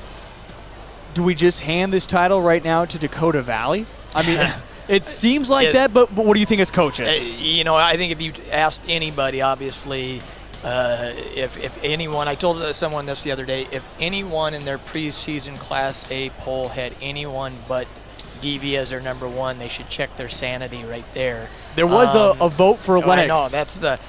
With that said, DV obviously, when you return basically everyone from a team that went undefeated, and they have the target on their back, and rightfully so, and. But there's some teams, Sioux Valley's got a great nucleus coming back, and that's who they played in the finals last year. And the Vincent kid's been a first-team All-Stater the last couple of years, and they got the big boy inside. Sioux Falls Christian, St. Thomas more out west. You said Lennox, Del Rapids. You start talking about some DAC-12 teams here. Are all very good basketball teams, and on a given night they could, if things go right, give DV a battle. But obviously it starts with DV. I have to ask you one more question before we let you go. The Drake family has been so phenomenal, so much history between your father, what you've accomplished as well. But all of a sudden, the chain has been broken. Your daughter is standing right next to you. Decide not to go out for basketball. What was that kind of talk at home? We had a couple conversations. But no, she, obviously has had some success in track a few years ago. And last year, the first week of the season, broke her foot in the basketball season. And like anything, we all have, and it's nothing against her or anyone, but just, from a passion standpoint and have other likes. And I know, the big thing, and she's standing right here, I think she probably felt pressure as dad, as a coach sometimes. And I just want her to be her own person, and whatever that is, that's I can live with that as long as she's comfortable with her decision. Yeah, I know she's going to be great on the track and field once again. Look forward to her spring season coming up. Coach? Perfect, Heath. Thank you as always. I'll catch up with you in just a couple days, all right? All right, thanks. There he is, head coach Jay Drake of the Vermillion Boys. Of course, we'll be catching up with him throughout the season, each and every game. We get his perspective. Again, the Vermillion Boys, certainly Jay Drake's going to be honest with you. It certainly is going to have that season where it's going to have its ups and downs. But we know what Coach Drake is able to do as a head coach. He can certainly spark a lot of young boys into men. I'm looking forward to that season for the Vermillion Boys. They open up this Friday. We'll have all the coverage of the Vermillion Boys home and away right here on Live Ticket TV, including on the 15th, a weird schedule where both teams are away. We'll have both those games, again, right here on Live Ticket TV. That capability already, that game signed up. Just not for sure where Cole Larsh would like to go. I say if he wants to go to the Tyson Events Center, I don't know if he's ever called a game from there, but let him go to the Tyson Events Center. We'll have that discussion as, just like that, we're set and ready to rock and roll for the second half as we are underway. 19-point lead for the Vermillion Tanagers. They lead it 35-17. Vermillion came out with their starting five, same as the Canton Seahawks. Jensen drives, not able to finish it off, but she'll head to the free throw line. Jensen actually kind of quiet, only 7 points for her in that first half. Leah Herbster had 6, but picked up 3 personal fouls. Casey Hansen, though, 8 points. Brooklyn Voss also 10. She's actually the leading scorer. Voss, the only one to reach double figures. Now, Jensen hits the first free throw. Bring up that here just a moment. And she's able to hit the second one as well. So she's just 1 point away from double figures. It only happened one time that 4 girls reached double figures in a basketball game last year. Happened to be the very first game of the season against the Canton Seahawks in Canton. Right now, the Vermillion Tanager is on track to do that. 37-17, a 20-point lead. Three-pointer here in the near corner. Swish as that one falls for Oakland. Her first points of the game. She struggled to have 3 turnovers in that first half, but able to get her first points. Opposite way, here come the Tanagers with Jensen. She drives to the top of the arc, underhand toss to Hansen. Over to Livy Regnaris, who's just holding on to it. Now they're swinging around the perimeter. Over to Jensen. Jensen back to the top to Hansen. Down underneath to Leah Herbster. She turns around. Can't finish it off. Battle for the rebound. bounces once, picked up by the Canton Seahawks. Here come the girls in blue the opposite way. Dribble in between the legs for Oakland. Now over to Amanda Lease. Back to Oakland. Get it down inside the lane. Back out to Oakland. Pump fakes to Amanda Lease. Make the pass to the near corner with Meister. Back out. They continue to move it around. Shot up. This one off the mark. Rebounded by the Tanagers in quick in transition. Here comes Jensen. She's going to go end-to-end now, make the last second pass. But before she did, she was fouled. The Canton Seahawks already pick up their second team foul. This will be the third now on Lakin Meister, and she will come out of the ball game as Caddy will come back into the game. It's her fourth? Well, hey, you had 15 points for the Canton Seahawks at halftime. You missed points. Missing a foul is much easier to do. I don't know how you miss points. I guess we can compare points later. I'll get you straightened out a little bit later on. Now, there is one more familiar name a part of this broadcast, Cole Arsh, that we can depend on. Inbound to Brooke Jensen. Turn around, this one off the mark. Jody Zeller, who helped us out for volleyball, she actually keeps stats during basketball. And I said, can you get those to me after the game? She said, of course. Caddy, three-pointer, hits her second of the ball game. Coming off the bench, she now has 9 points. Do you have her for 9 points, Cole? I have her for 8. Well, there's 1 point you're missing. And now, a timeout called by head coach John Brooks to avoid the 10-second violation. Tonight's broadcast is brought to you by Farm Credit Services of America. American Ag has grown to become the largest and most efficient and productive food system in the world, but it remains a business of people.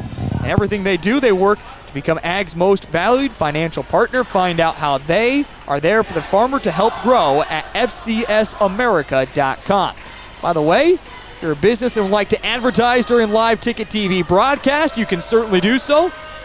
Basketball, wrestling, baseball, softball, all coming up yet before we say goodbye to this season. In fact, when it does come to the sports seasons, everyone talked about this, Cole Arsh, right? You guys all said that you had volleyball off, right? When Vermillion lost volleyball, we had, 3 weeks to take off, go do whatever you want. You get your vacation time.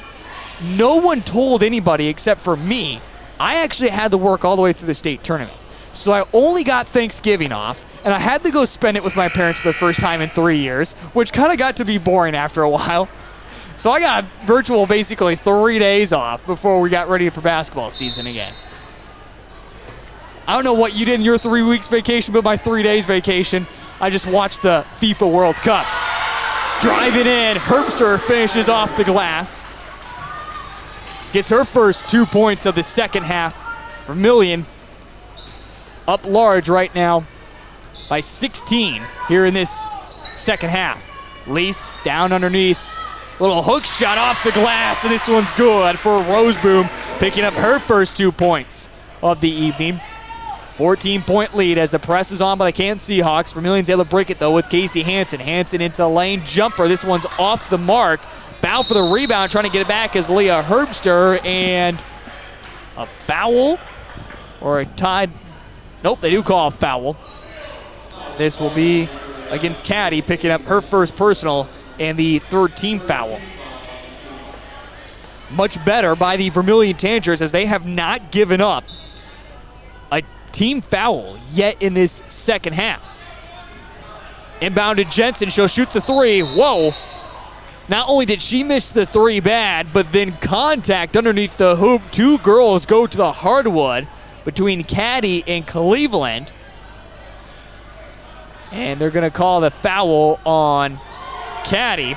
Picking up now back-to-back personal fouls, the fourth team foul. And Coach Stephenson is going to come out. I agree with that call there. From what it looked like, the Vermillion player was being dragged down to the ground. Now, there probably contact was both ways, but it's always the second person that gets caught with it, so dragging the person to the ground got caught. And Cleveland, as you mentioned, Cole Arsh, there did have the positioning, so I think that's why it goes against the Canton Seahawks. Back the opposite way after Vermillion fumbled it away. Goes out of bounds. It will stay with the Canton Seahawks. 39-25, 4:51. Don't forget the Ross boys have wrestling throughout the season right here with Canton Seahawks, and they'll have coverage of Canton Seahawk boys and girls basketball right here on Live Ticket TV. Big shout to the Ross boys as they did not join us. They came back from Iowa this past weekend getting themselves some state wrestling. A three-pointer that got tipped. Everyone was watching the rim. It fell in front of Leah Herbst. All of a sudden she's like, whoa, here it comes. Three-pointer again for her. This one off the mark. Oh my goodness, this gym would have exploded if she would have hit 2 threes in a ball game. She's never done that in her career. So add that to the stats we're watching for tonight. Oakland pull up the free throw line. This one is off the mark. Rebounded, picked up loose by Regneris. Hey, it counts. And Livy will come the opposite way. Hand off to Casey Hansen. Hansen off the glass and good for 2. Casey Hansen now hits double digits. 10 points for her this evening. 41-25, 3:53 third quarter. Coming back the opposite way, Lease over to the far wing, trying to get it in the lane, poked away, stolen by Tanagers. Hansen into in, spins in the lane, up with a shot, misses, offensive rebound, Cleveland contact is made, goes out of bounds. Coach Brooks just hangs his head in shame, walks to the corner, looks down at the ground, says something, and then walks back towards his team.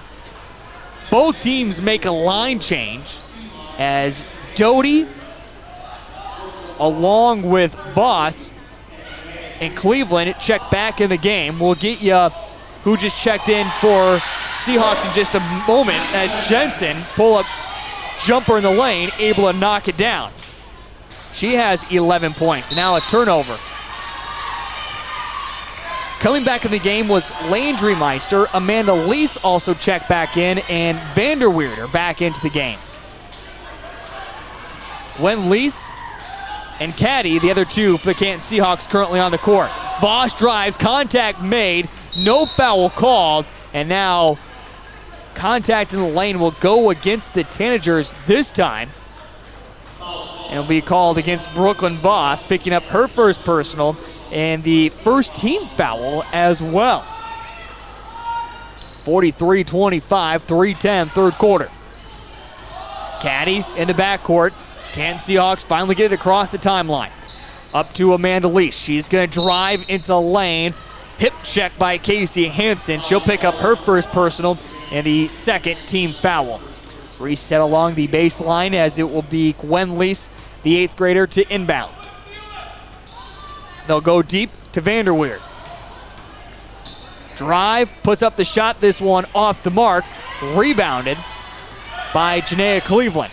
Back behind to Casey Hansen, all the way up to Brooke Jensen. Jensen drives to Claire Doty, to Janaea Cleveland. Bounce pass to Hansen. Hansen will shoot the 3. This one rattles in and out. Loose basketball underneath the hoop. Picked up by the Seahawks opposite way, quickly up to Meister. Meister, rainbow pass to the near side. 3-pointer for Gwen. This one rattles through. And Gwen Lease gets her first 3 points of the season.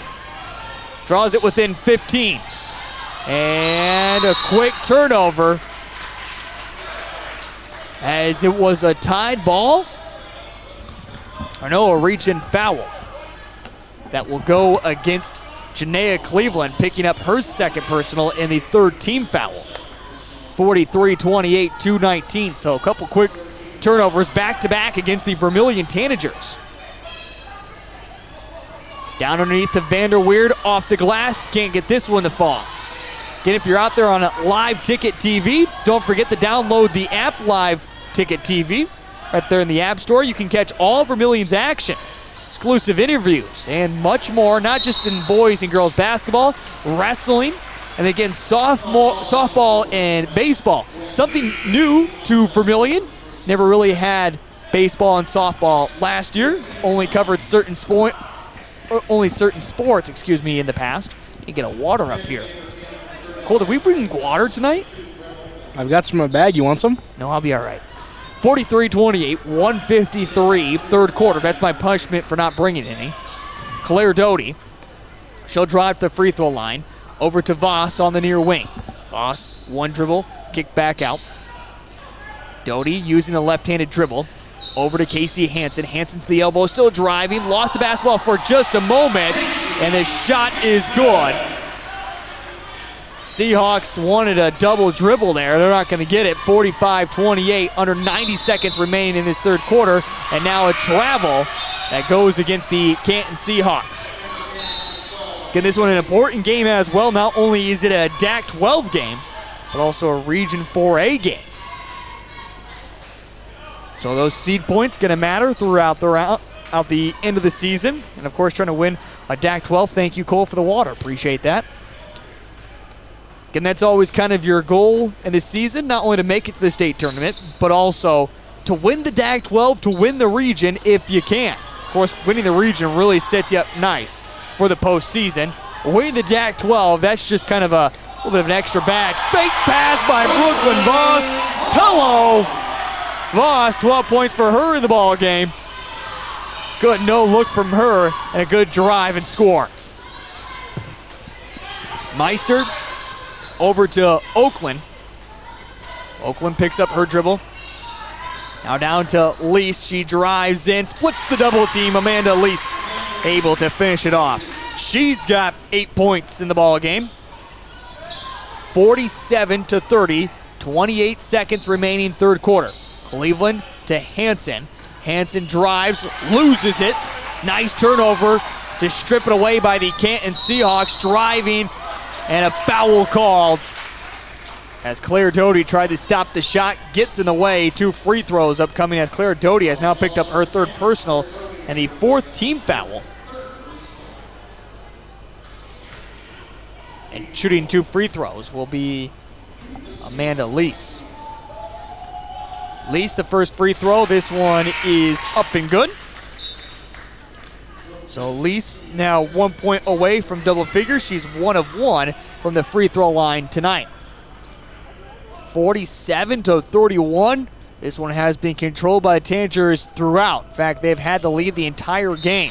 And both free throws are good for Amanda Lease. She now has 10 points in the ball game. And we'll see her come out as checking back into the ball game, or checking into the first time, will be Cameron, the 8th grade guard. Now, she almost forces a quick turnover there. It will stay, though, with the Tanagers. 47-32, 15-point lead for the Vermillion. In the backcourt, Regneris has it. Getting the pressure from Oakland. Bounce pass to Janaea Cleveland with 10 seconds. To Jensen with 8 seconds. Regneris at the top of the key. Over to Voss.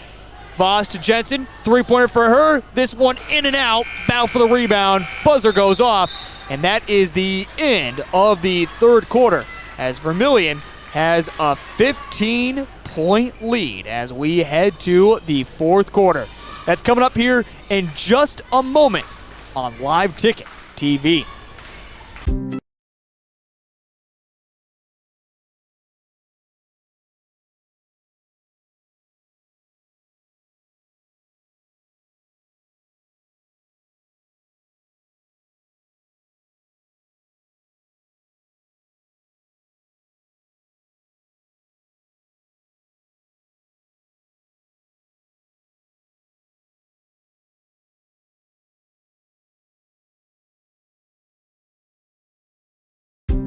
Farmers know crop insurance is essential for managing risk. It's also valuable for maximizing revenue. The crop insurance officers at Farm Credit Services of America have proprietary tools and expertise to deliver the personalized crop and revenue protection you need for the peace of mind you want. Nobody delivers crop insurance like this. Discover the difference by calling 800-884-FARM. Agriculture works here.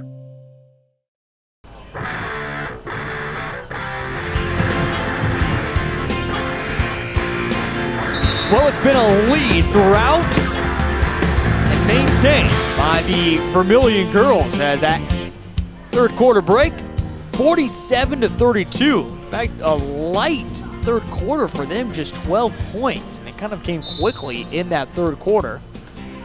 In fact, on a little bit of a drought right now for a minute 48 for the Vermillion girls. And a quick turnover for the Canton Seahawks. Regnerus bounce pass up to Jensen. Lets one defender go right by her. And Jensen throws it off the glass as she scores in all quarters tonight. She has 13 for the ball game. Quickly, Oakland the opposite way. This one off the mark. Voss to Livy Regnerus. Again, Regnerus has yet to score, the only starter not to score. But she directs a lot of the offense into the front court. Jensen over to Voss, three-pointer. This one off the mark. Ball is loose, picked up by Leah Herbster, and she loses it. Leah picked up 3 fouls, 2 early in that first quarter. Early in the third quarter, have not seen much of her featured. And now a reach and foul against Livy Regnerus, picking up her the 5th team foul. Come on, Heath, get that right. First personal foul. 49-32, 7-17, fourth quarter. Got soccer on my brain. We're watching the FIFA World Cup quite a bit. Sad to see the Yanks go out. And the final 16 teams. A few more games to play before they get to the quarterfinals. Lease has it. Down inside the paint. Back outside. They work it. Turnover.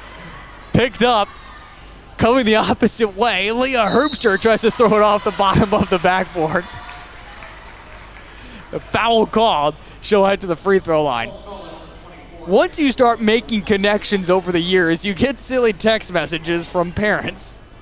Thank you, Jenny Kratz, for that text message. Appreciate it. Again, great to see her constantly support the Vermillion Tanagers, even though her boys are now officially on.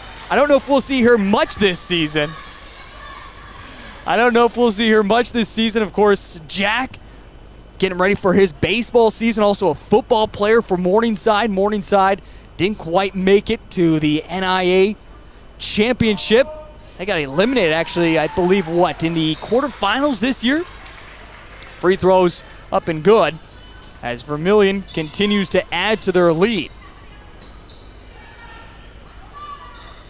Three-pointer, top of the key. This one good for Oakland. Oakland now has 6 points in the ball game, 51-35. By the way, going back to that foul was on Roseboom, picking up her second personal and the 6th team foul. Voss quickly over to Jensen. Jensen pull-up jumper. This one is off the mark. Rebound, though. This one drive in, and this one foul called. And Jensen will head back to the free throw line. Jensen with 15 points in the basketball game. Trying to add another 2 to her tally. 51-35, 6-12, fourth quarter. First free throw is up, and this one is good. By the way, it is the 7th team foul, so bonus. 5 points now for Jensen. This one off the mark, and a rebounding foul that will go against Leah Herbster. A player that I'm going to be excited to watch for, Leah Herbster, once she gets into a game. She has really been riding a lot of the bench. I feel like she's going to stay out there now with 6:07. Again, haven't seen her featured much as she picked up 2 early fouls. Quickly opposite way, cherry-picking Livy Regnerus off the glass. An all-starter score tonight for the Vermillion Tanagers, 54-35, 5:50, fourth quarter. Lease the opposite way, driving, and she'll go out of bounds. Oh. Bounced off the foot of Leah Herbster. Now, this is one I have a perfect view at. So that was definitely not off the foot of Leah Herbster. Sometimes I'd say, you know what, I'm wrong. But that time I definitely wasn't wrong. Nonetheless, Canton has it. Give it to him. Down by 19. Might as well. Caddy. Tries to make the pass. Tipped up in the air by Janaea Cleveland. Got bodied up by Livy Regnerus, her own teammate. Speaking of Regnerus, she now has it. Now over to Brooklyn Voss. Back out to Jensen. Jumper for her. Off the mark. Rebounded by the Canton Seahawks. Speaking of Jenny Kratz, might have to ask her to watch Cowboy once again. Any more baseball games? She had to watch the puppy last year during some baseball games. Inconvenient at times, but Cowboy loved his time spending time with the Vermillion faithful when I called some baseball games. Cleveland with the steal, opposite way underneath the Voss. She drives in, foul called.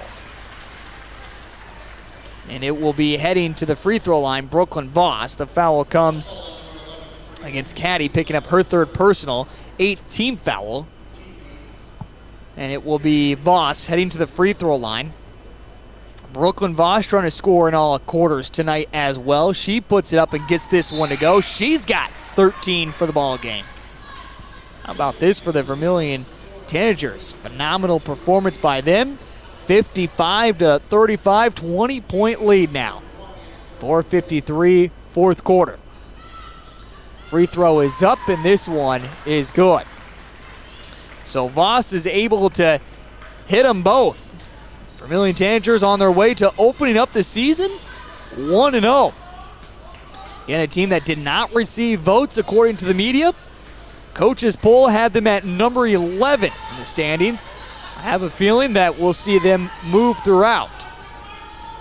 Three-pointer, this one off the mark. By the way, when it comes to those media standings, I never vote on preseason because I'd have too much of a bias to the DAC-12.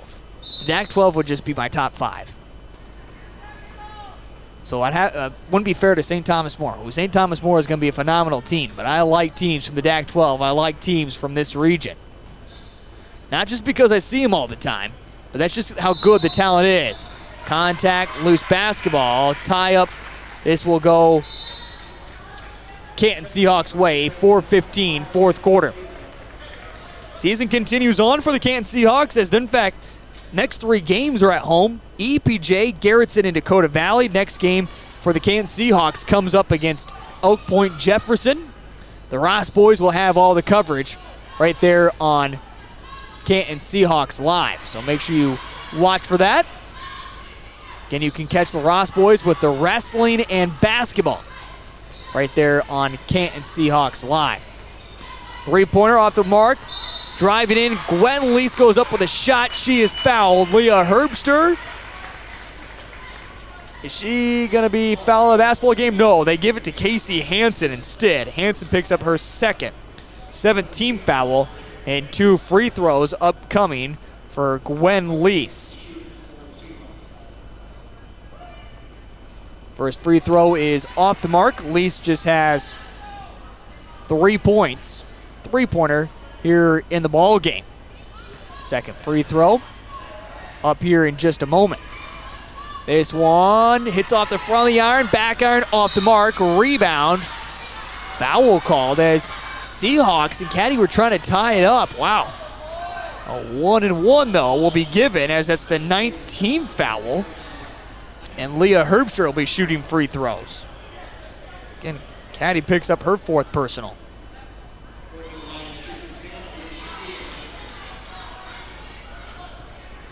So, 1-1. Upcoming. First free throw. This one is up and good. Second free throw on the 1-and-1. Dribbles it a few times. Up, and this one is good. Leah Herbster has been working on her free throws, too, in the offseason. She scores in all 4 quarters. She has 10 for the ball game. And the Tanagers just dominate right now. 4 girls in double figures. Again, they did that just once last year. It was against the Canton Seahawks, and they do it again this year. The difference is I think it's going to be a lot more of that this year. Ball went out of bounds. They did not call the foul on Leah Herbster. 3:33 fourth quarter. Moving around, driving in. Gwen Lease can't get the fall. Rebound, though, Canton Seahawks at top. Lease, three-pointer off the mark. Fight for the rebound. Loose basketball is going to be picked up by Amanda Lease. Back out to Gwen. She shoots the three. This one off the mark. And finally, after a lot of contact in the last couple of plays, will go against the Tanagers in Cleveland. She can't believe it. Chandler Cleveland will pick up her first personal, the 8th team foul, so we'll see a 1-and-1 upcoming as Oakland will head to the free throw line. Coach Stephenson doesn't look like he's conceding quite yet, just making some subs. The 1-and-1 is off the mark. 23-point lead with 3:08 remaining here in the fourth quarter. Jensen, why'd we leave her wide open? That's not going to work. Brooke Jensen, now 18 points for her tonight, 60-35, 2:52 fourth quarter. Caddy over to Lease, to Caddy, to the corner near side. Bounce pass back out, 15 seconds on the shot clock. Gwen to Amanda. Amanda with 9 seconds. Seahawks need to find something. 5 seconds on the shot clock. Back to Amanda. She'll hoist up the 3. This one off the mark. And rebound goes last touched out of bounds. They say a last off the Canton Seahawks. So their fans been a little bit more quiet as of late. Leah Herbster will come out of the basketball game looking like it will be her final time checking out. And if it is, Leah Herbster will finish with 10 points on the ball game this evening. 60-35, 2:15 fourth quarter. Jensen back out to Claire Doty. Lost possession, then a quick whistle. Goes against the Canton Seahawks. Double bonus time. So Amanda Lease picks up her third personal. So Claire Doty will be shooting 2. Senior trying to get her first points of the evening. First free throw is up and nothing but nylon. How about this? Everyone who played tonight scored. So they say that, but they bring in subs and they were in that stat. So Vermillion will clear out the bench. Everyone getting a chance to play tonight. Claire Doty will shoot the free throw. She gets them both. She'll finish with 2 points on the evening as she will come out. Casey Hansen will finish with 12 points on the evening. Livy Regneris also finishes with 2. Chandler Cleveland finishes with 2. Brooke Jensen finishes with 18. 14 for Brooklyn Voss. Again, 4 different girls hit double figures, and Janaea Cleveland finished with 2 points. Gwen Lease back out, 3-pointer. This one off the mark. Fight for the rebound. Canton Seahawks right now with a little bit more size. Jump ball called. Possession arrow favors Canton Seahawks. 62-35. In fact, we are a 3-pointer away from a running clock. I don't think we're going to see that, though. Seahawks, Vanderweerd, get it back out to Olseth. Olseth once again, she'll shoot the 3. This one rattles in and out. Vanderweerd, though, with the rebound. Putback is good. Vanderweerd, 3 points for her this evening. 90 seconds remaining in the basketball game as coming the opposite way. Vermillion Tanagers. Pass trying to get down to Barta and a jump ball called. Possession arrow with the Vermillion Tanagers.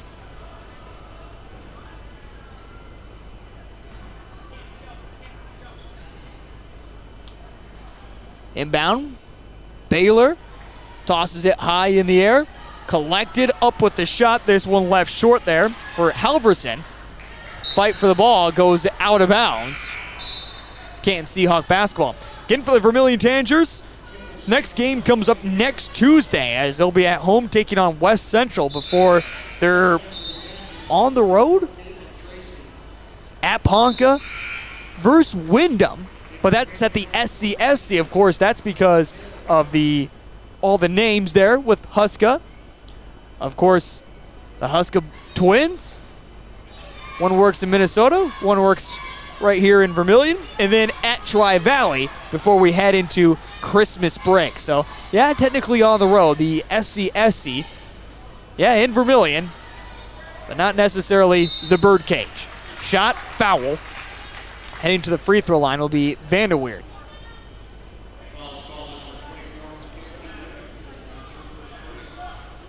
So 2 free throws upcoming.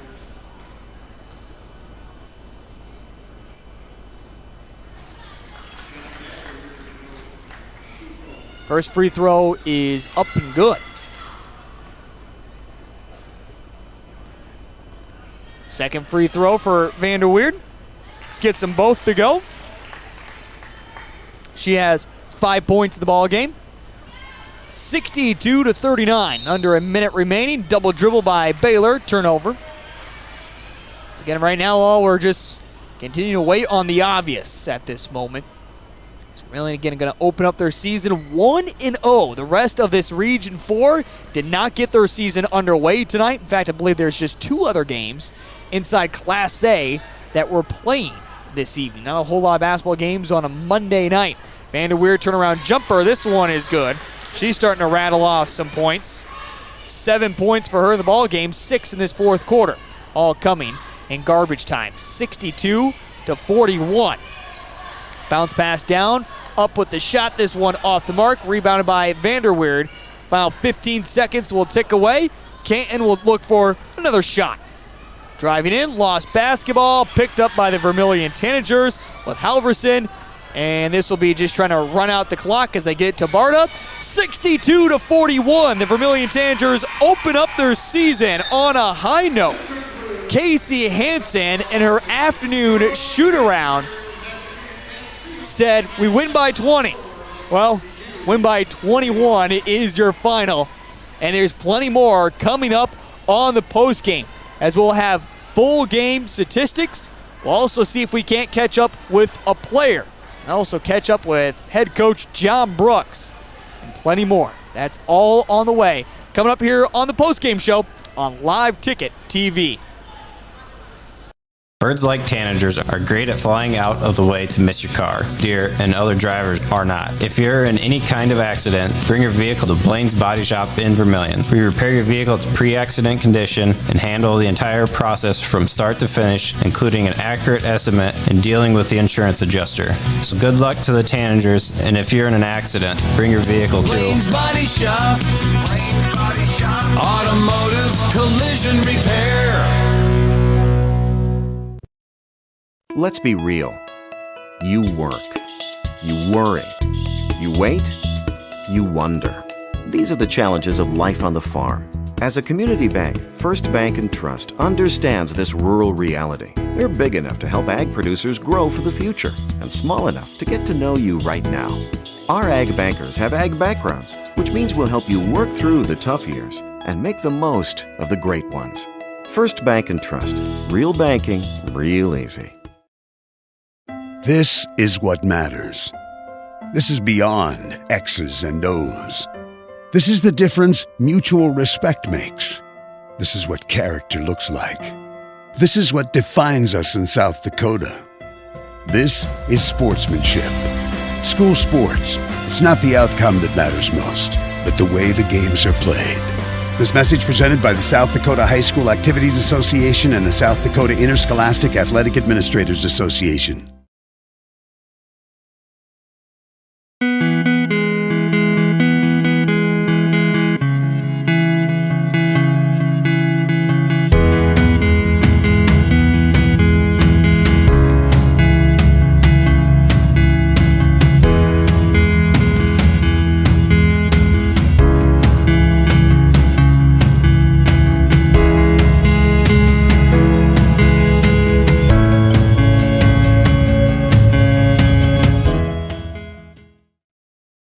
Times like these, it's good to know there's a place where people know who you are, no matter how long you've been gone. A place where the smells of home cooking are still in the air, where a simple wave warms your heart, and sharing stories is just a way of life. It's good to be home.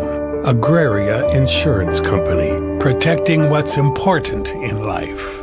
Contact your local Agraria Insurance Company agent.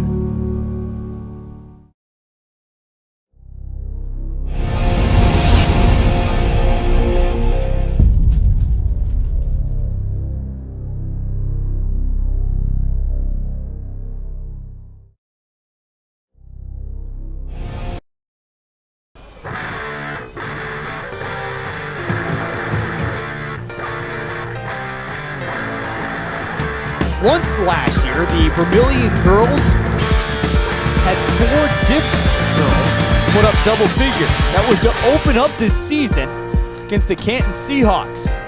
They'd rattle off 59 points in a 59-40 win. The question is this just a repeat from a year ago? Or is this a spark the Vermillion girls to open up their season?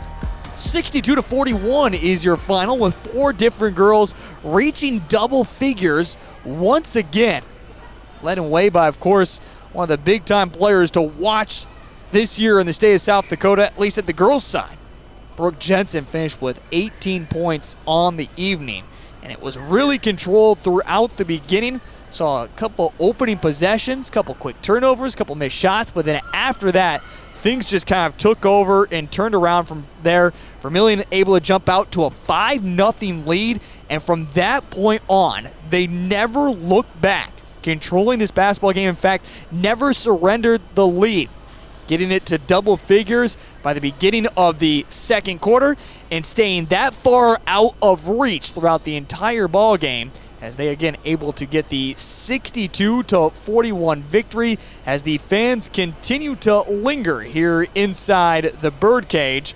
Bring in assistant coach for us here throughout this season, a guy who will also be helping us call games throughout the season, including coming up this Friday for the Vermillion boys, Cole Larson. Cole, we saw some early turnovers in that first half. At times it didn't look pretty, but when you talk about 62 points to finish off, to open up the season, you would say pretty darn good game.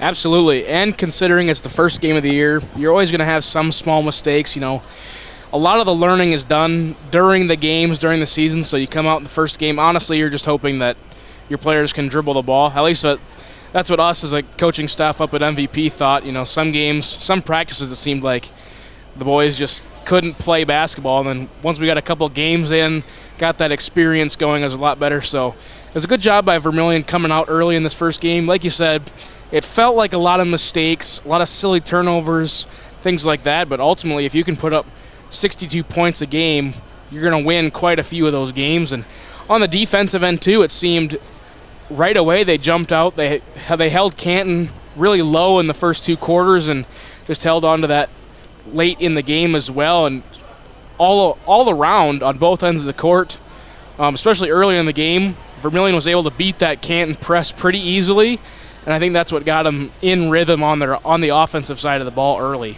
62-41 is your final score from inside the birdcage. How good does it feel to get that kind of victory as well? 21-point victory to open up this season against what's going to be a very good Canton Seahawks team. I think any win to open up the season is a good taste in your mouth. You get the feeling of what it's going to be like. You face off against like you said, what's going to be a pretty good Canton team, but they just came out a little flat, it seemed like. So I think Canton's going to be a good squad later in the year, but yeah, I mean, a win is a win no matter what, especially at home. The first game, you know that the fans know that you can win, so they're going to have trust in you, build that crowd up as the season goes on, but there's nothing better you can start your season off than a win, especially a 21-point win. He had to reapply for his job, head coach John Brooks, after he made the announcement that he was leaving school to pursue other endeavors with his adult life or his career and job choices. It seemed like it was pretty obvious to give the job right back to him. And to open up the season, gets it done with a familiar crew. The starting 5 all back from a year ago, and 3 of the starting 5 hit double figures for tonight. 4 girls hit double figures as Vermillion gets the win 62-41. We'll see if we can't catch up with John Brooks, catch up with a Vermillion girl. Plenty more left to come. Coming up here on the postgame show on Live Ticket TV. Advertising can be a struggle. Where to spend your money? Are you reaching the right audience? If you are looking for an effective method that reaches a large fan base at once, then here is your spot with Live Ticket TV. With over 65 schools in the state of South Dakota, we can help you find the right market. Plus, you can work with me, Heath, and a portion of all sales made go right back to the school. Get a hold of me today and let's get started in helping build your brand with Live Ticket TV. At Northern State University, your future starts with an affordable education that's personalized for you. Experience hands-on learning guided by world-class supportive faculty. You'll also enjoy a full campus life with opportunities to choose from numerous student activities and events, all in a safe, welcoming community. At Northern, you'll find a college that's right for you, a place to belong. Your future starts here. Unleash your potential at Northern. There's no better organization that gives back to the student athletes than the Booster Club. The Vermillion Booster Club is committed to helping all student athletes grow. Join the Tanager faithful today by becoming a member at GoTanagers.com. While you're there, check out team apparel for your favorite sports team. Like them on Facebook to stay up to date on all the latest information and sports games. Join the Vermillion Boosters today and go Tanagers!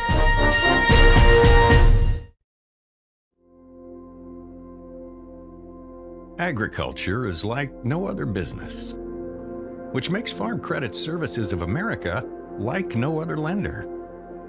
Owned by the farmers and ranchers we serve, our customers have a voice in how we work, a stake in what we do, and share in our success. Discover a lender that works for you at Farm Credit Services of America. Hi. Huzzah!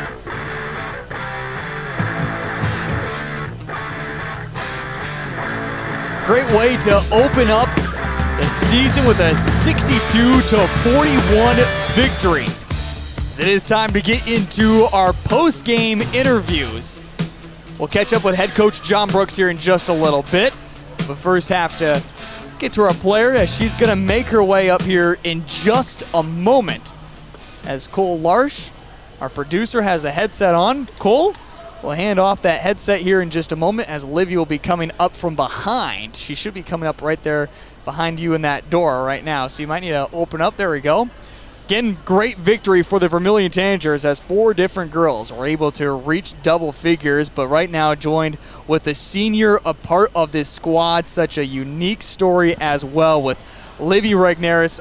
Livy, I want to talk about something before we get into this basketball season. You're such a talented athlete. You have shown it throughout your years here at Vermillion High School, but kind of had to deal with some issues during the fall season that you had to work through. How great was it to able to finally be cleared to get back into sports, knowing that you had this senior year of basketball? How good did that feel, being able to come back and be able to play with your teammates once again? Yeah, I didn't think that I would be able to get back for winter sports. We were really unsure, and it just feels really good. We left off last year feeling really confident coming into this year, and so just being back and being able to be here with my team, it's just awesome feeling. Let's talk about that, because this is a starting 5 that came back all from a year ago. As you mentioned, St. Thomas More up in Pierre. We look back at, there's certainly moments that it could have been opposite. St. Thomas More never host a state title because of you. You guys would be there playing for a state title. What was coming into this season that made it even more special, having the starting 5 coming back together, playing all together? What made it so special for this year and the run you're trying to make it to state this year? Yeah, last year we were so close. We play so well together, and it's just so nice to have everyone back. We miss Dee, but nothing's stopping us. Everything's still clicking from last year. It looked like that. I mean, you have 4 different girls who are able to get double figures. In fact, all starting 5 are able to score. You cherry-picking a little bit tonight to get your 2 points. I know from my perspective, and maybe some fans don't understand this, you're not going to put up a whole lot of points in a basketball game. You are to run that offense, especially bring it into the front court. You do such a phenomenal job at that.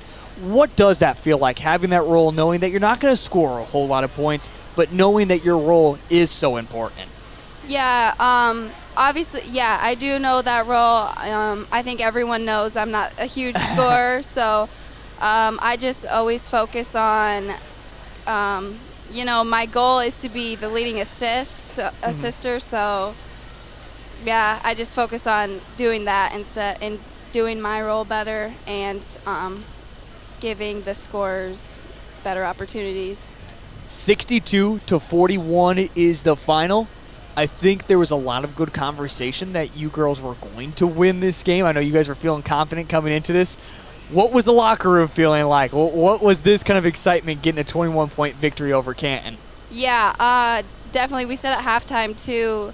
At half, we already had over 30, and that was like our average last year. So definitely ecstatic and ready to play our next game and hopefully build off of that. Well, your next game doesn't come up until next Tuesday, so you have over, I guess, a week now to get ready for the West Central Trojans. What does that take for your kind of perspective as a player to now have just kind of this long layover before the next game? Yeah, you know, we're going to go hard in practices just to build up. Coach said in the locker room, the 10 years he's been here, he's never beat West Central, so we're going to practice hard, scout hard. Yeah, a team that's inside the top 5, according to the media, definitely going to be a hard Trojans team. Livy, let's go get them, all right? Thank you. There she is, Livy Regneris, the senior, joining us here on the post-game show. We'll catch up throughout her without the rest of the season as well. A big thank you for her time. We're going to step aside for a quick timeout, and when we come back, it's head coach John Brooks talking about a 21-point victory. That is all on the way next here on Live Ticket TV. This is Kristen Cunningham with Chic Boutique by Kristen & Company in Centerville, South Dakota. We are an all-size inclusive boutique offering sizes small through 3X on many items, including denim jeans and jackets, shackets, pants, skirts, graphic tees and sweatshirts, joggers, school swag, hats and caps, many fashion accessories including purses and lots of jewelry. And we also offer gift items for birthdays and weddings. Get your shopping fix at 636 Broadway Street, Centerville, South Dakota, open Tuesday through Friday 10 to 7 and Saturday 10 to 4. Let's be real. You work. You worry. You wait. You wonder. These are the challenges of life on the farm. As a community bank, First Bank and Trust understands this rural reality. We're big enough to help ag producers grow for the future and small enough to get to know you right now. Our ag bankers have ag backgrounds, which means we'll help you work through the tough years and make the most of the great ones. First Bank and Trust. Real banking, real easy. Member FDIC, Equal Opportunity Lender. In times like these, it's good to know there's a place where people know who you are, no matter how long you've been gone. A place where the smells of home cooking are still in the air, where a simple wave warms your heart, and sharing stories is just a way of life. It's good to be home. Agraria Insurance Company, protecting what's important in life. Contact your local Agraria Insurance Company agent.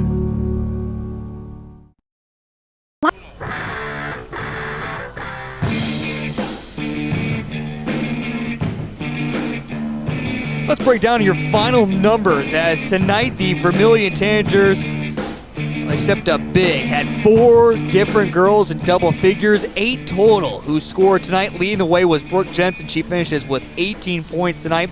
Behind her, coming off the bench, was Brooklyn Voss. She finished with 14 points tonight. Casey Hansen with 12 points, 10 points for Leah Herbster, and then 2 points apiece for Olivia Regneris, Chandler Cleveland, Claire Doty, and Janaea Cleveland. And when you talk about some of those bigger names like both Cleveland girls, you expect a lot more, especially from Chandler. She averaged 6 points a ball game last year. Janaea almost 4. I expect her to get up there in the scoring. Even Claire Doty, who has battled her injuries throughout her basketball career, really expect to see her scoring pretty high. As we just caught up with our interview tonight for the players, Olivia Regneris, again, she talked about not going to be one that scores a whole lot, but is certainly going to be an outlet for this team, certainly going to help continue to build with her squad. That senior Olivia Regneris has certainly been a key role player these past few years, got her playing time as a sophomore at points. Really saw her come on late as a sophomore. And then from there, just last year, what she was able to do, she even mentioned it as well, talking about the sickness that she had to deal with during the fall season that took her out of soccer. She was not able to play during the soccer season, but now able to come back and be cleared just in time for basketball, and has been a huge role for that. Before we catch up with head coach John Brooks, we talk about scores. And usually here in the postgame show, we can break things down for you and say there's a whole lot going on. But, Sisseton beat Groton area 32-24. That's the only score we know. Cole, you had something unique. The boys and who they have coming up, South Sioux City. What was the final score on that one? Yes, they played it. I don't remember the name of the team that they played, but they won. They put up 80-something points, and they only allowed 26. So that'll be kind of interesting. Again, the Vermillion boys coming up on this Friday against South Sioux City against the Cardinals. That'll be certainly an interesting game. Again, we'll have all the coverage right here on Live Ticket TV, so make sure you tune in with Cole Larsh. Again, I will not be in attendance, of course, helping out with the Vermillion boys as always this season, but just happen to have weddings going on. Again, I don't know why my best friends schedule winter weddings. It'll be now my 4th winter wedding I've participated in. It is the worst. You ever heard of a winter wedding? They're better than fall weddings during college football. Okay. I've been in those. I've had a couple of those instances, so. What about, so have you ever been, though, in a winter wedding? Never done those before? I don't know if I ever have, to tell you the truth. I don't think so. I'm always like, I look like the weather looks like it's going to be about 32 and sunny in Okoboji this weekend, so it's not too bad, but December 10th just seems like a weird time to mess around with for a wedding. Coach John Brooks is here on the postgame show. Coach Brooks, it was once last year that you had 4 different girls score double figures. That was in a 59-40 victory to open up the season against Canton. You do that again this year. So, 62-41. Is that the new norm in offense that we're going to see, or is this just a duplicate of what we saw from a year ago? It'd be nice. For the first game out, I thought we really scored the ball pretty consistently throughout the game, and that's one thing that we talked to the girls about. We think, once again, we can be really good defensively. But there was times last year that we went through some bad lapses, and that keeps teams in games. And, a little slow start coming out of the half at the beginning of the third quarter. But besides that, we shot it pretty well. I thought our kids didn't look too tight or too nervous. We got off to a good start in the first quarter and shot free throws really well, so that helped. What about Leah Herbster? Didn't seem like she got a whole lot of playing time tonight, got herself into foul trouble, but hits a 3. I don't know where that came from. They must have been teaching her that this summer. She looked good shooting free throws. How special was it to see her open up on senior night the way she played? Yeah, she has a really nice shot. It's a really soft touch with her jumper, and it's just something that she's really worked on. And it's nice to see those. A lot of kids work on them in practice, and then they get in a game, and it doesn't always translate. So to see that translate into a game is really, it's nice. Her hard work is working for her here, and she's able to show that, and obviously knock down a bunch of free throws. And yeah, we need to keep her out of foul trouble because she's a difference maker for us out there, defense, rebounding. If she can stretch the floor shooting it, she just does a lot of nice things. You had 4 different girls in double figures, but then after that, everyone else had 2 points. I feel like you can take that in a game like tonight, or what was your perspective of having those other 4 girls only score 2 points? I just think it's going to be really random for us this year. Who's scoring it and that, but I think we're always going to have that 3 to 4 kids around that double figures, which is nice. And when you don't know which kid it's going to be, that's really hard to guard.